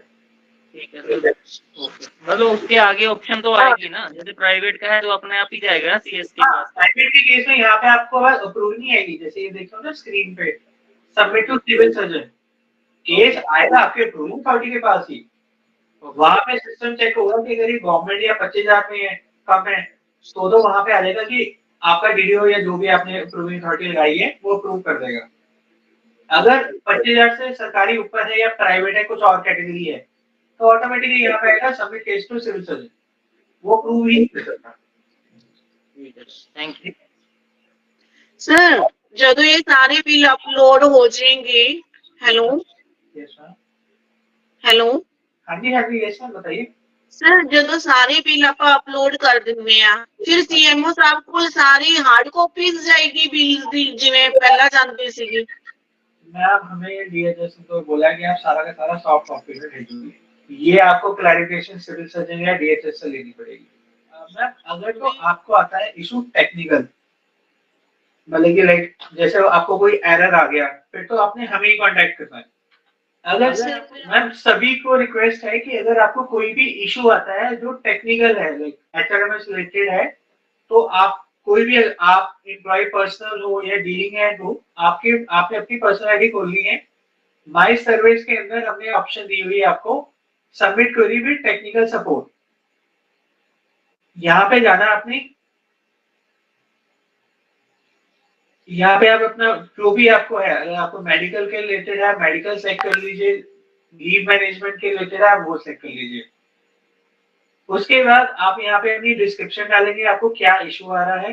अगर आपके पास कोई ऐसा है लाइक एरर है तो एरर की आपने स्क्रीनशॉट की पीडीएफ बना के आपने अपलोड करनी है, आप सेव करेंगे, जैसे आपको सेव करेंगे तो ये जो क्वेरी है हमारे टेक्निकल सपोर्ट टीम के पास आएगी, आपको विद इन अ डे या तो आपको कॉल करके आपको समझा दिया जाएगा या आपके साथ डॉक्यूमेंट शेयर किया जाएगा जिसके अंदर आपके स्टेप्स लिखे होंगे डिपेंडिंग अपॉन आपकी जो क्वेरीज हैं, लाइक जो आपका डाउट है कोई इशू अगर आता है उस हिसाब से हम आपको या तो कॉल करेंगे या आपको रिप्लाई बैक में आपको हम पूरे स्टेप गाइड करके बताएंगे कि आप ये स्टेप फॉलो करिए। अगर आपको लगता है कि मेरा तब भी इशू नहीं हुआ है तो आप उस रिक्वेस्ट पे आप रिप्लाई बैक भी कर सकते हो। अगर रिप्लाई बैक पे आप लिख के कर बता सकते हो कि हमें लाइक टेलीफोनिकली गाइडेंस चाहिए तो हम आपको कॉल भी कर देंगे। और एक चीज का रिक्वेस्ट है कि जिसको इशू है वो अपनी आईडी से ही लॉगिन करके हमें क्वेरी रेज करें। कभी कभार आप क्या करते हैं, आप इशू तो रेज कर देते हैं, आप मतलब कि जिसने रेज करी है मोस्टली हम उसे ही कॉल करते हैं और वो एम्प्लॉय मना कर देता है कि मेरे पास मेरी तरफ से कोई इशू गया नहीं है। तो रिक्वेस्ट है कि अगर आप किसी और के लिए भी आप रेफर के लिए कर रहे हैं तो उनका कॉन्टैक्ट नंबर साथ में डालें।